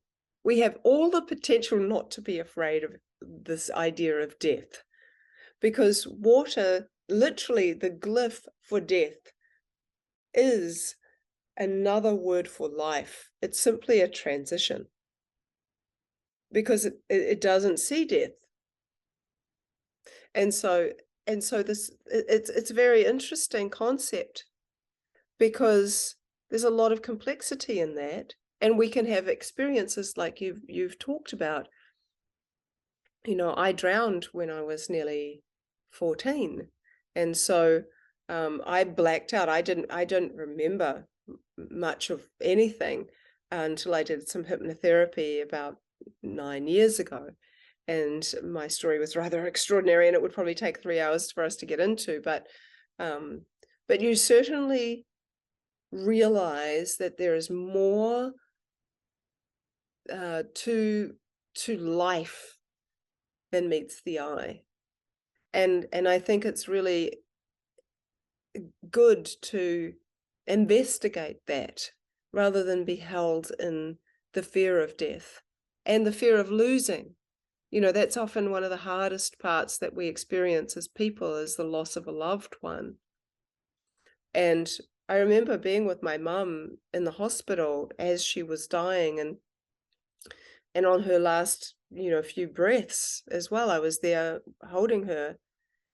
And I remember going to the hospital. Actually, even prior to that, I was sitting there and I didn't want to leave her body. And I was going through a great deal of grief, as you can imagine.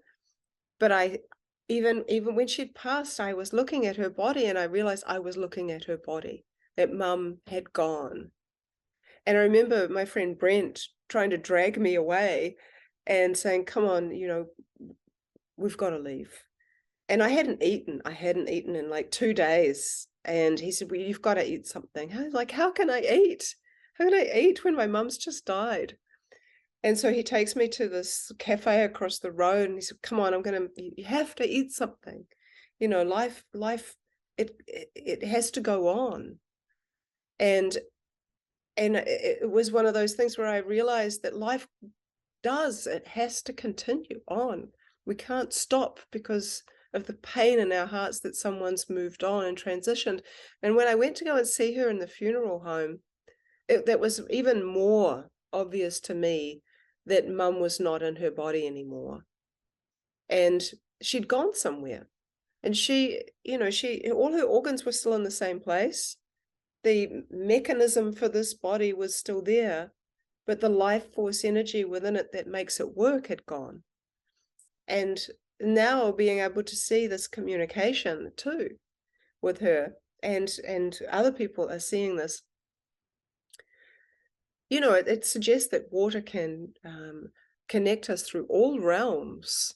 As I'm doing the interviews for people that are going to speak on my next masterclass in June, I was talking to someone who studies the Kabbalah, and she was saying that there's a whole book on creation within the Kabbalah, which really talks about water being the go-between between worlds. And I find that there is so much more, is what I leave it at, because this idea of death, it approaches all of us at some point. The older we get, the more we start to get to this point of, well, at some point I'm going to be leaving this body. And I was in a horrendous car accident, which is the next thing I'm going to talk about. And I'm mindful of our time, but we went under a 7-ton truck, rolled twice. The driver was decapitated. One of the worst accidents in New Zealand where someone survived. And I was the passenger. And I came to quite quickly afterwards, and the car was on its side, and I was in the most pain I'd ever been in because the seatbelt had crushed my internal organs, and my spine, my whole body was crushed to about this big, and broken clavicle and windscreen through my face and whatnot. And I screamed out for help. And the man who was driving behind us, he had stopped, and it was really a miracle because the car had started to spark as well. So it was a very dangerous situation, very serious situation. And this guy in the car behind, he got out of the car, and I had managed to somehow cry out for help. And he was so brave. And amazingly, though, he had a MiG fighter jet that he was showing around New Zealand, and he was wearing a fireproof outfit because he was going and Wow. to do that. And so he climbed over that man's body, which must have been one of the most horrendous things because I'm so visual, and it's hard to get visuals ever out of your head. But he unclipped the seatbelt, and I literally just fell into his arms. That the car was a crumpled mess. There was a cocoon around where I was. And then he carried me and he put me into the guttering. And I remember seeing his glasses, my reflection in his glasses, and I was just blood and white. And we were having a conversation. And his name was Paul Jellick, and I'm always extremely grateful to that man for being so brave. And, you know, I said to him, can we talk about God? I remember basically saying this, and I was really not in my body. I was kind of someplace other place, really. And he said, it's okay, you're not going to die, it's okay. And I said, no, not because I'm going to die, but because I'm going to live. And then I over the course of many years, I ended up having 8 surgeries, mostly bowel surgery, because the scar tissue left scar tissue on my small bowel, which grew, and then every time I try and eat, I just vomit all the time. And I have a stent in my bowel now, and everything is really doing great. And if anyone wants to know my whole healing story, I share it quite a lot on podcasts, and there's lots of them on my website. But one of the most profound things that happened after I had my son Rama, so I have 3 children. So because of all of my injuries and stage 4 endometriosis, 3 doctors told me I'd never be able to have children. So I had a child for every doctor that told me I couldn't, because I hate being told what I can't do. And not because I had them out of defiance, but they really are all little miracles. But I put on the shelf what they said rather than took it to heart.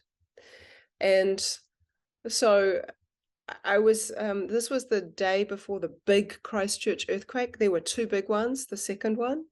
I was there for both of them, actually. It was terrifying. And my son Rama was nearly 3 at the time. And a friend had come over, and her and I were talking about my car accident.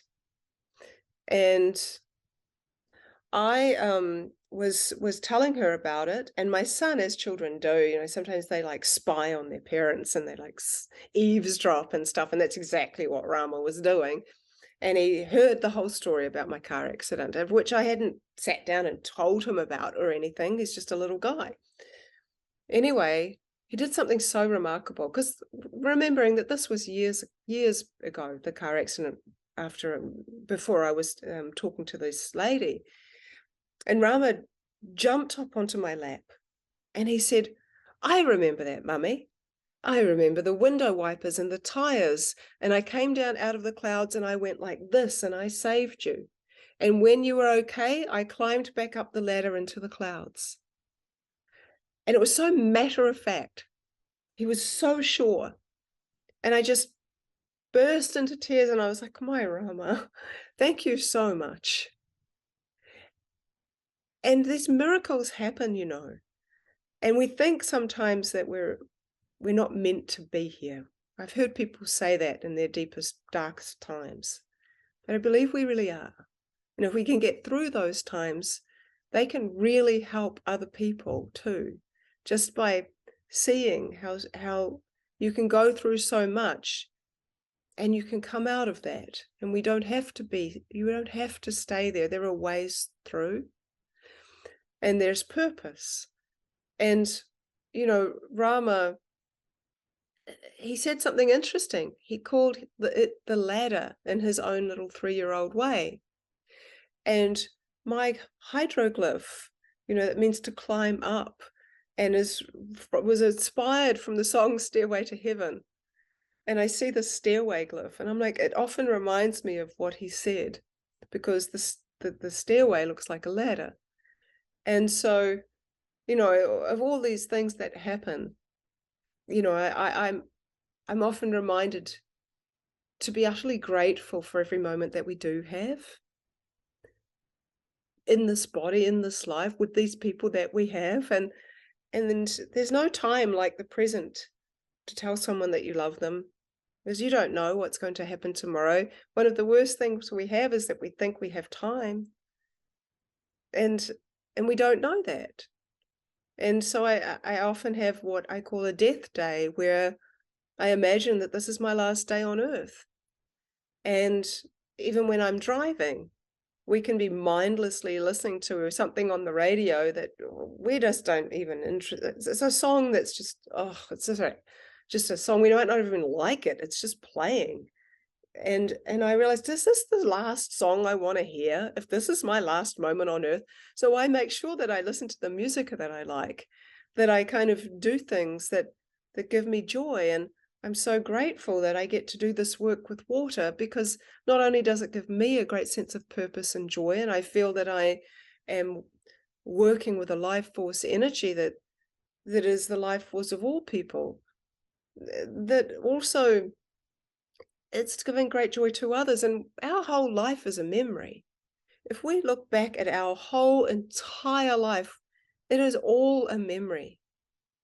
And I think one of the greatest gifts that we give to people when we leave this earth, this earthly plane, if you will, are the beautiful memories in their hearts. Sadly, I lost a number of people passed in the last few years. And in their passing, they have passed on these beautiful memories of themselves. And that's all we have. We have our memories, and that's what make up our lives.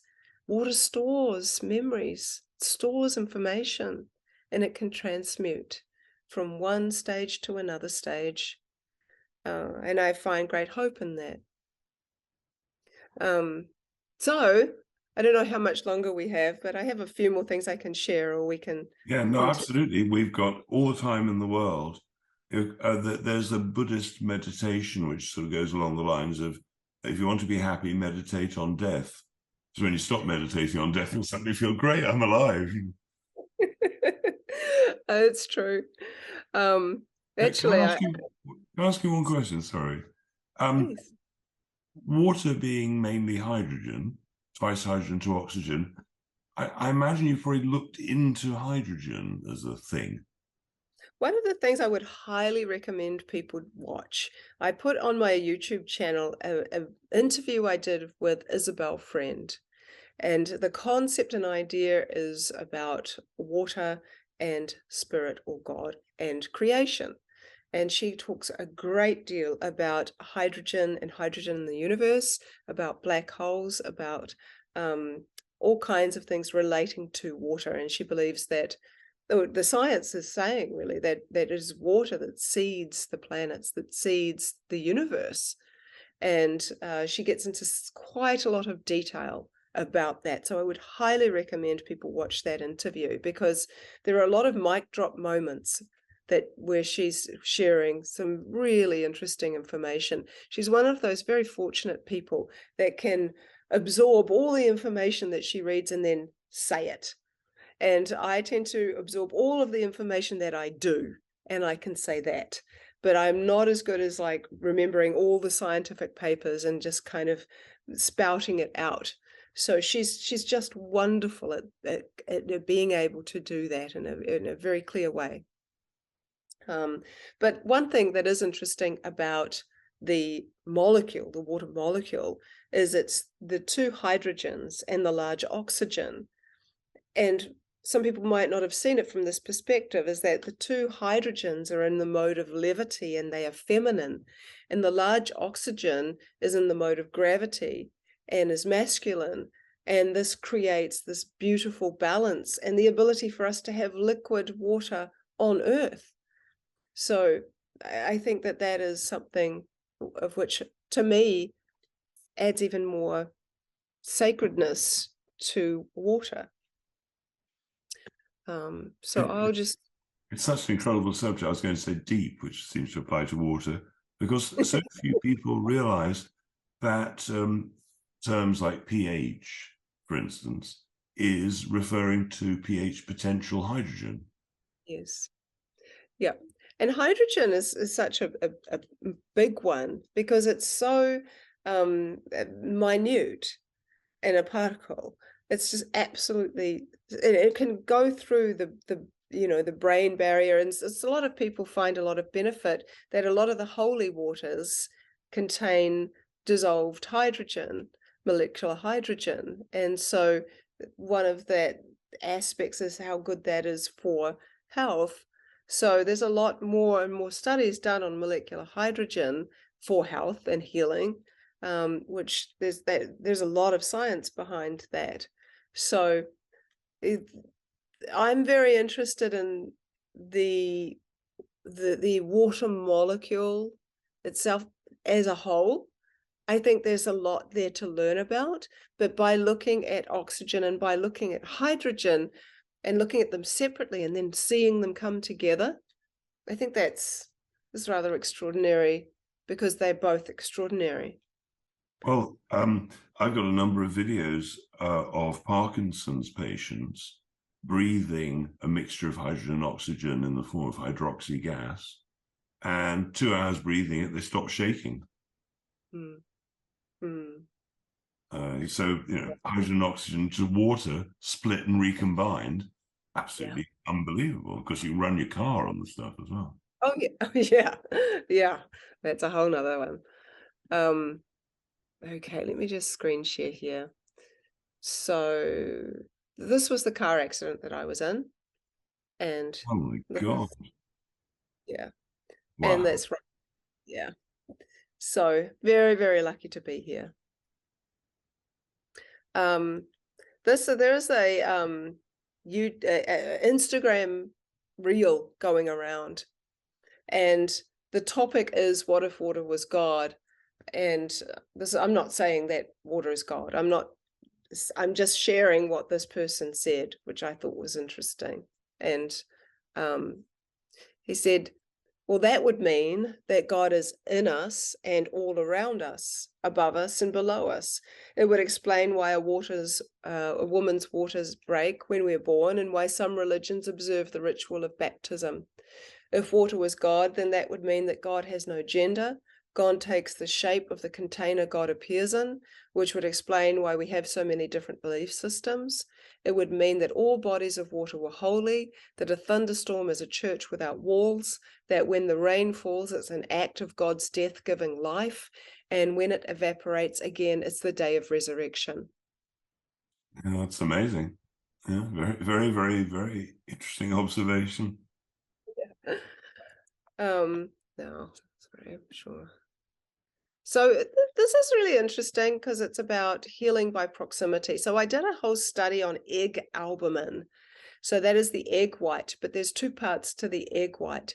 There's the gloopy gelatinous part, and then the thin part, which is akin to it's like a runny saliva. And I freeze the runny saliva part.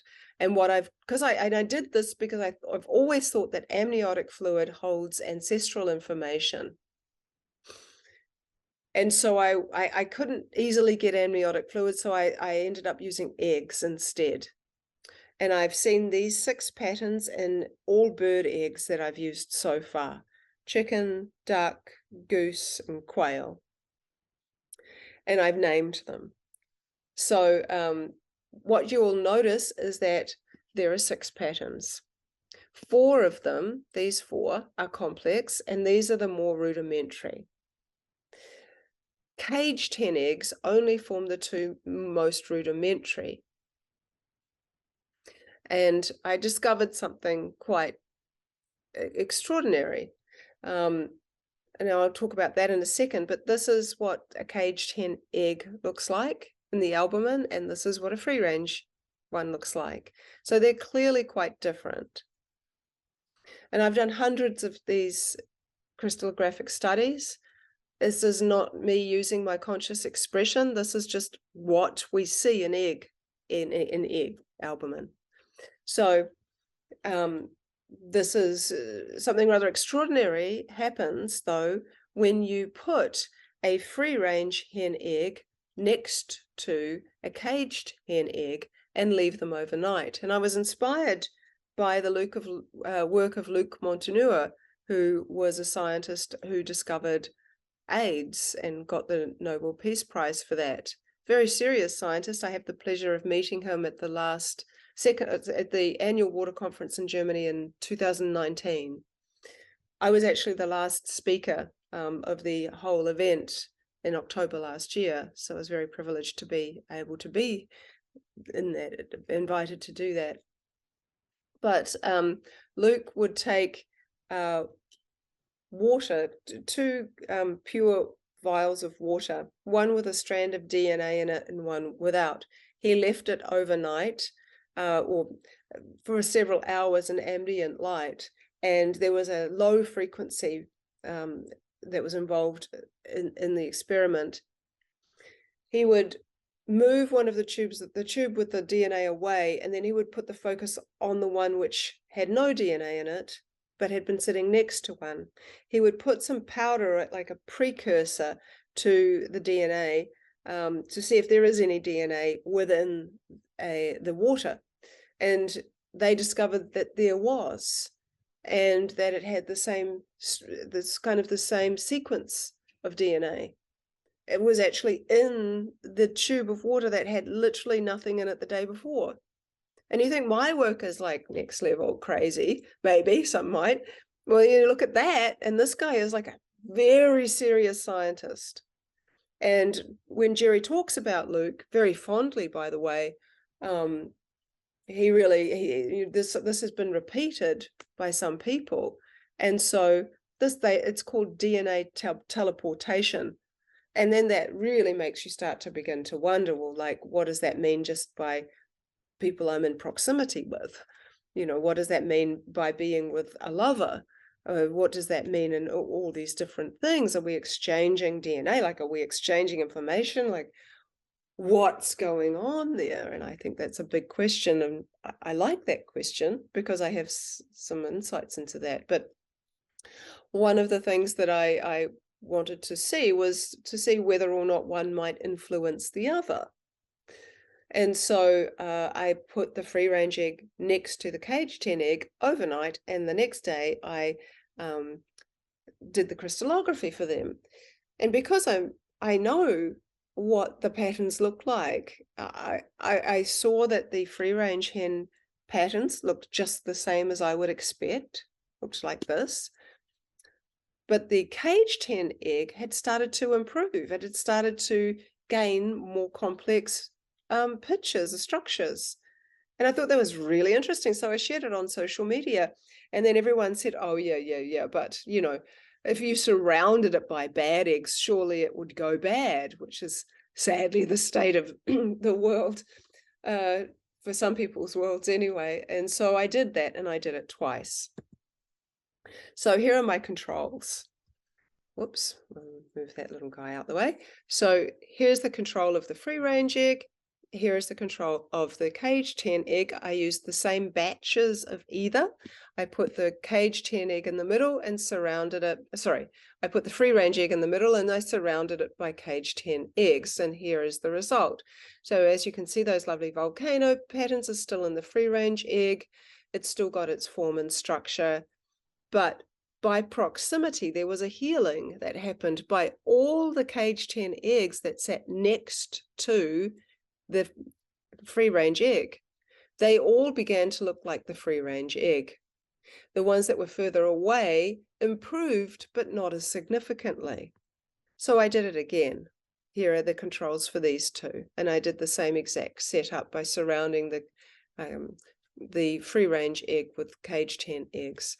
And here is the result. So again, we see the regular patterns that we would see in free-range egg has not changed or got any worse. And there has been a drastic healing here by proximity of all of the caged hen eggs surrounding it and less further away. Now, these pictures here is because I'm very interested in biomimicry and what we can learn from what things look like. And so I just found it really interesting that one of the patterns is feathers, and how much the feathers here look like chicken feathers. And again, here, this is the real feather, and this is the, in fact, this is in half. This is the ice, and this is the feather. This is brain coral. This is half and half. It looks just the same. So you start to see, this is very interesting, the patterns that we see in the egg albumin reflect things in nature.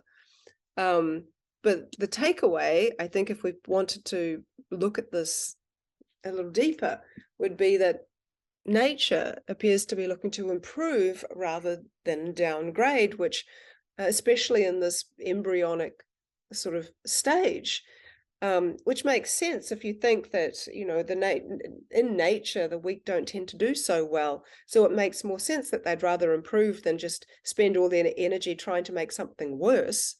I also think that information transfer is possible because water is a type of liquid antenna, and egg albumin is approximately 90% water.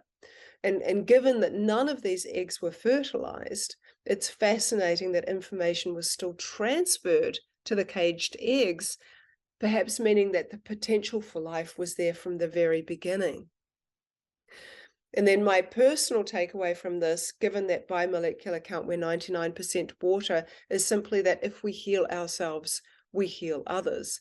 And I remember my teacher in India telling me that the greatest saints and divine people who have graced the earth really were containers of divine love, and that their energy field would literally be able to heal people that were so far away that they would never, ever even meet.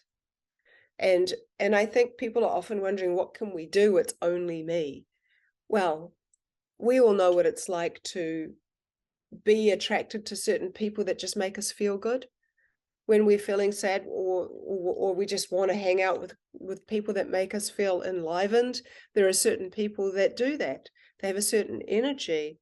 Then we know those people. We know who they are. There's usually one person in your friend circle that is the healer, the person that somehow makes you always feel better. And them, by just being them, they must have done a certain amount of healing within their own lives to be able to feel and give that energy out. Our pets do it. Our pets come and they know when there's something wrong. They come and they cuddle us and they kind of, love on us. And that is their way of being the healer, of sharing their energy with us to try to help us feel better. And we can do the same for them. So I think this is a very important study. So this was an interesting one. Rupert Sheldrake often talks about it. It's really the power of love is what this is talking about. So in 1986, this man conducted an experiment to show telekinesis, influencing objects at a distance by the power of the mind. And he used newly hatched chicks and a special little maid robot. So the chickens and all birds, so when they're born, they believe that the first animate creature that they see is their parent, and they form a bond. So this man introduced the newly hatched chicks to his special robot, and they really loved it and they wanted to be close to it. And the robot could drive itself around on wheels and had a pen underneath to trace its path on paper as it moved. And it had a random number generator on the steering, and every few seconds it changed direction. And a large table with a low side wall to prevent the robot falling off was covered by a sheet of white paper, and the robot was placed in the center of the table and set moving, and it traced a random pattern across the table. So he put the robot in the center of the table and switched it on. Thank you.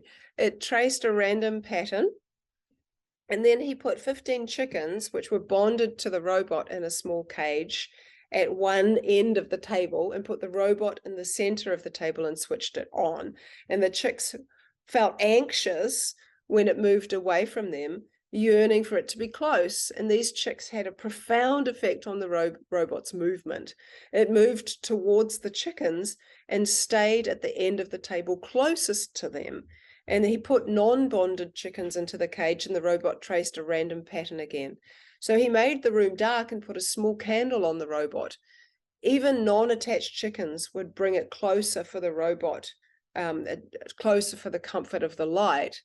So when he put rabbits in the cage, they were scared of it, and it made it stay at the far end of the table. But when they got used to it, they began to draw it closer. So he would repeat this and saw the same results. And so thoughts have measurable energy. They have an effect at a distance, and there is a medium through which thoughts can travel, and it's ether, or the source field, and the background energy of the universe, the source and the sustainer of everything. So, you know, if chicks can have an impact on a robot, you know, imagine what our conscious expression can have on water. So it is very, and on all things and all life.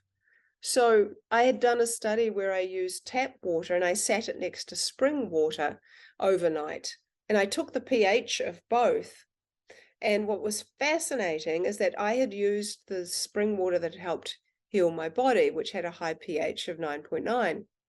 And what we found was that not only did the tap water improve structurally to look more like fern, more like flaxes, for example. I think that kind of looks a bit like that. It's more of the pattern we might see in rainwater, this pattern. But you might see that there is this lotus-like shape here in the spring water beforehand. And there are two of them now within the spring water after it had sat next to the tap water. And together they form this heart. And what we are seeing is an improvement in both. So for the spring water, there is purpose in sitting next to the tap water to give it energy, to give it information, to improve it. For the tap water, its job is to improve. And what we saw was when I did the pH test of the tap water, I already knew the pH of the spring water. By sitting next to it, I saw an increase in the pH of the tap water by 2, which is quite substantial. So I found that really, really remarkable. And then we get to hydroglyphs. So what is a hydroglyph? I think of it as a 3D emotional language, which I'll explain a bit. So the simplified version is they are symbols in ice that have one or more meanings. And I derive these meanings by using words as my way of communicating prior to freezing. So essentially, I'm inviting water to show me a symbol for each presented word. For example, I might write the word creation. This is the creation glyph over here. On a piece of paper, place my petri dish of water on top of it for 30 seconds, remove and freeze using my technique. So to say I have discovered one hydroglyph, I need to have seen the same image appear after using the same written word at least 50 times. This tells me that it's not coincidental or random, and that there's enough evidence to say it has a specific meaning.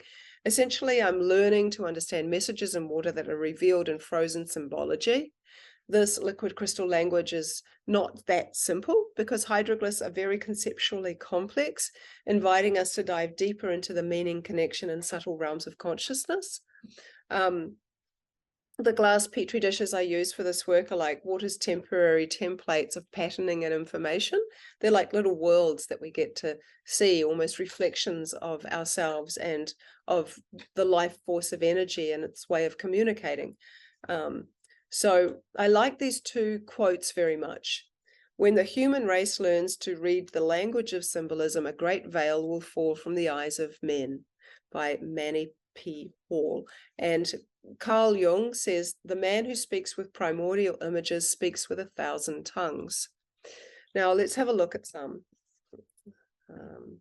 There are 64 examples here of the frilled angle, which is the hydroglyph with the meaning of message, remembering that this is the energy of a word. So it's important to remember that. For example, right now I'm holding up my glasses. Nobody's falling off their chair in excitement about that. But if I say that this is the energy of my glasses, it invites us to think a little deeper about what that might mean. What is the energy of my glasses? Well, for me, it's the energy of sight. It's the energy of the shape of my face. You know, it has a deeper meaning than just the label of glasses. And we often find that we do label things that sometimes we have use for, and there's more to them than just the label they have, much the same as people. There's more to you, I'm sure, than just your name. So we look at this and we are invited to look at the energy of this this word message. Now, what we've learned is something very interesting. Is if I zoom in, hopefully I can, you might notice over here there is a heart shape at the end of the tip. Here is another heart shape, and some of them have them and some of them don't. And what we've started to understand is that the ones that do have a heart shape at the end mean that it is an emotional or loving message. That's as far as we've got. I have a group of people around the world helping me with these, using different waters, different languages. This is the winter tree. We know this means change with a layered meaning of winter. Again, to get a layered meaning, we need to have used that word and seen the same symbol appear at least 50 times. So it takes a very long time to go through all the layers of meaning. But you can see that they are identifiable. Nothing within water does anything specifically identical, or I have seen some things where it's extremely hard to tell the difference. But you think about nature, you know, even identical twins tend to have different personalities. We can't forget the subtleties, and that's where we're really looking into in this investigation. So this empty circle is the energy of the word completion. This is the lotus glyph. As I've talked about, it means enlightenment and it means purity. When I say other potential meanings, what you'll see is that I've used those words, and I've seen this symbol, but yet I haven't done it 50 times. This is the fern hexagon. We talked about this because this symbol means living and death. It also means gratitude and healthy. Now, its most predominant meaning tends to be living. If you see two of them in a dish, it can mean one of those, two of those meanings. So it tends to mean living and death. Gratitude is also quite a common one for it. So we are at the most early stages of this work. It is so potentially huge that it's quite overwhelming. These line ladders we know are the energy of the word information. These are the tips about tips that I was talking about at the end of the message glyphs. When I asked water, what is a hydroglyph? It responded in hydroglyphs. and I've outlined them here. It's saying living message. Now, this is the work of Gennady Krokalev that we mentioned, so it might be nice just to get a bit of a visual. Now, some of his pictures are more clear than others, but you can see here it is actually extremely hard to find his work. It's almost like somehow it's just been taken off the internet. You can read about him, but to find his pictures, it's not that easy. So it's quite nice. So this is his setup with the goggles that he used and his camera and him. But this is the work of the newer scientists that used the scuba diving mask instead and used a remote viewer. So they made a movie, a documentary. It's in Russian though, but there is one version with some kind of dubbed over English. And I think it's something like thought is material, it's proven. And that is that for now, with that presentation at any rate. Well, it's just mind-blowingly brilliant. And before we started recording, we were talking briefly about the Bigelow research about holographic blood. And it seems that there's so much information in water that it transfers into blood as well, and that people can look at a drop of blood and could say with a woman, for instance, whether they're pregnant or not, just by looking at the way a drop of blood dries. Yeah, well, you can do a very interesting study they did on saliva, and it's actually where you spit onto a dish. You can get it. It's an ovulation kit, so a woman can tell if she's ovulating through her saliva, and she spits into a dish. Then she lets it dry. You get a little magnifying glass, and if there are these lots and lots of ferns in the saliva, then you're fertile. And it shows the unfertile stage, the transitional stage, and the fertile stage. So our fluids tell us a great deal about ourselves. But when you talk about blood, I was at a conference once in New York, and there was a guy who was promoting his book, and he was a heart surgeon, and he did heart transplants. And he wrote a book because he saw this happen so often, whereby someone who had died, their heart would be put into the heart and replaced, with somebody who had heart issues. And that person who lived and had that other person's heart took on a lot of the characteristics and memories of the person who had died. One child who was given a heart transplant of someone, they went to a church, and the family had taken her to a church because they were going there to say thank you to the person that had, the family. And this was their first meeting, so they didn't really even know what the family, who they were yet, like it was at a church setting. And so this little girl, she was really little, and she ran straight up to a person, jumped on their lap, and started hugging them endlessly. And it was the mother of the person's whose child had died to give the heart. And so she recognized her, and she had never seen her before in her life. Sometimes you see them take on traits where one person was never ever into basketball, and all of a sudden was like a whiz at basketball and had never shown an interest in sports before ever. Sometimes there is these very interesting memories that they have, a memory of a family, and yet they don't know how or why. So what we store in the blood, given that water, there's so much water in blood, that I think it's very significant when people start talking about this, because again, it's another missing piece. It's another piece to seeing, well, there's something about water. There is something about water. I was fascinated by the whole transplant thing, and my understanding from reading about it is it's not just that it happens sometimes, that they take on the characteristics of the previous owner of the heart, but it's every time.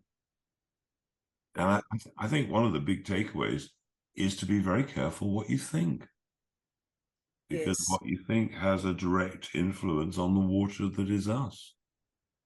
And I would also suggest to soften that, because I think soften is a very important word.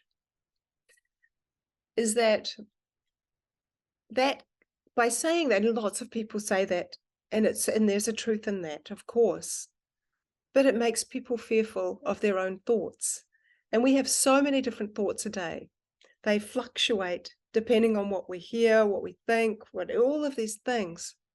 I might give a gentle suggestion that intention is like a blanket that we can wrap around ourselves, and that in our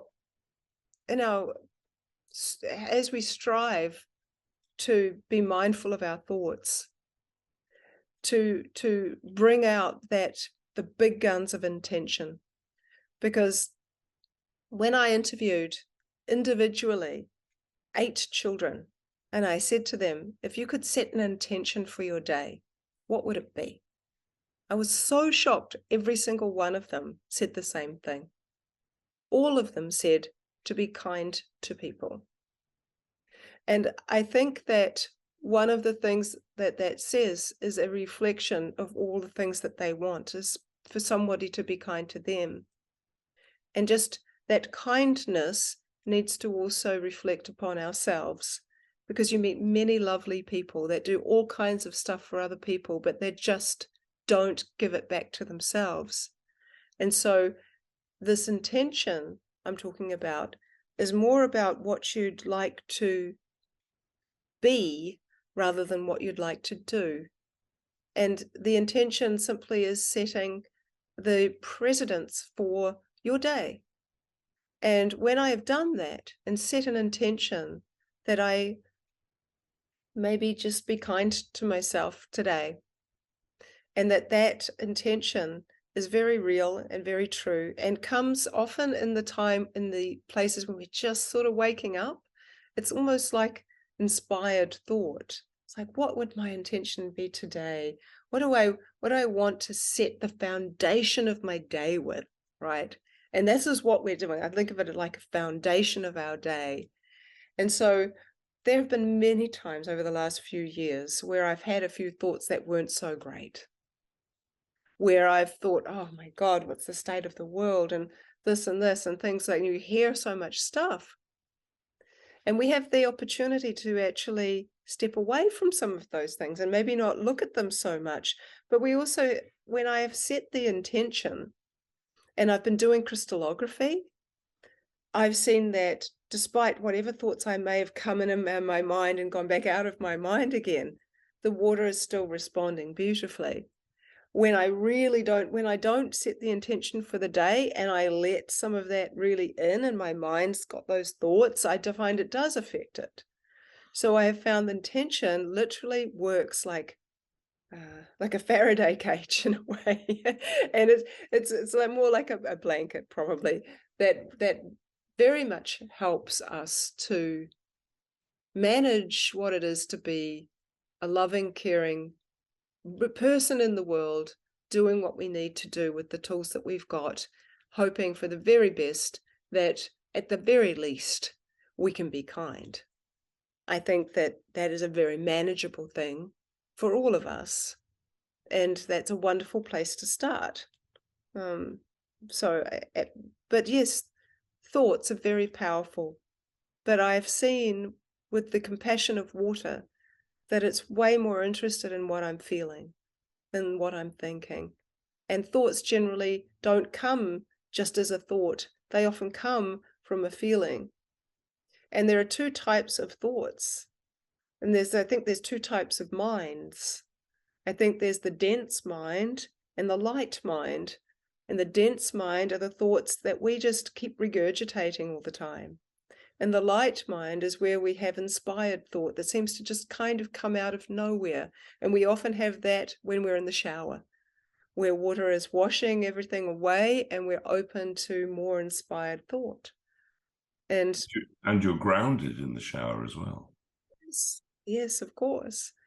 So um, I I I I think that I say this with kindness just because I know how children respond when they see when they get told that, and how some adults respond, because it's like, be mindful of your thoughts. I'm just like, oh God, well, what if I think something bad? And then you get really paranoid because our brain does that. When we have a new belief, it's like, okay, our thoughts create our entire world, right? That we might think that. It's not necessarily true, but what we think is kind of tends to lead us in certain directions and pathways. And so if we're thinking, oh God, one little thought and it comes into the mind and you're like, well, okay, how am I going to view this? You're then using the observer to observe it. I would suggest that. And I think it's a helpful tip because I use this all the time. If I'm triggered by something somebody says, rather than just react, I use the observer that I'm able to use and say, when was the first time you felt like that? Is this specific to this person? Does this person need to hear all of this reaction from you? Or can you heal in this time, in this moment? So the thought creates an opportunity to have a look at it as the observer. Is it serving me? Is it any good for me? Is it true? And then we can either take another look at it and we can let it go. I tend to think of thoughts like clouds. Clouds are always going by, but we're really the sky. And I think in that analogy, I often am reminded that we are not our thoughts. We are actually much bigger than that because thoughts come and go. The inspired thoughts are the ones we want to take notice of. They're the ones that are really there's the magic in them. The regurgitated thoughts, sometimes, especially negative ones, they are creating patterns. So knowing that if you're at that stage anyway, you're probably already trying to heal that. Your cat's there. My cat's been whizzing around the place as well. This one is giving me the message that unless I feed her soon, she'll do what she really likes to do, which is to go on the keyboard and go. My cat is that my husband's just taken our cat out because we know what she does. When she wants to be fed, she backs up into the screen so everybody sees her butt. It's not pretty, so I'm grateful that she's not doing that right now. So, Well, tell the viewers, because I know a lot of them are going to probably want to go on your course and learn how to do this. How do they get in touch with you? yeah, sure. Um, my website is vedaaustin.com. And on there, you can get the PDF of how to do the work. You can get the whole thing on hydroglyphs, the list of hydroglyphs. You can go on a workshop. So I have a beginner's workshop, which is where I have small groups and I teach people how to do it. And we look at your crystallography, you get your Petri dish, and I help you get your freezer setting right and everything. 3 or 4 times a year, I have a masterclass. It's like an event, really. And the next one, I'm about to open it up for bookings within the next week. It takes a lot of organizing to do, especially when I have so many speakers from around the world. And that topic is what can different religions, cultures, ancient texts, and faiths teach us about water. And I have a large amount of people from all around the world, amazing speakers that will blow your mind. So I'm almost doing it for me because I'm just so interested, but I know that lots of other people are interested too. So that will be open to book on my website as well. And on Instagram, it's Veda Austin _water. And that translates over to Facebook, which is Veda Austin @water researcher. Well, thank you so much, Veda. I mean, just fascinating and wonderful. And I look forward at some point to speaking to you again to find out the next stage in your journey. Thank you. I'm looking forward to that too. Brilliant.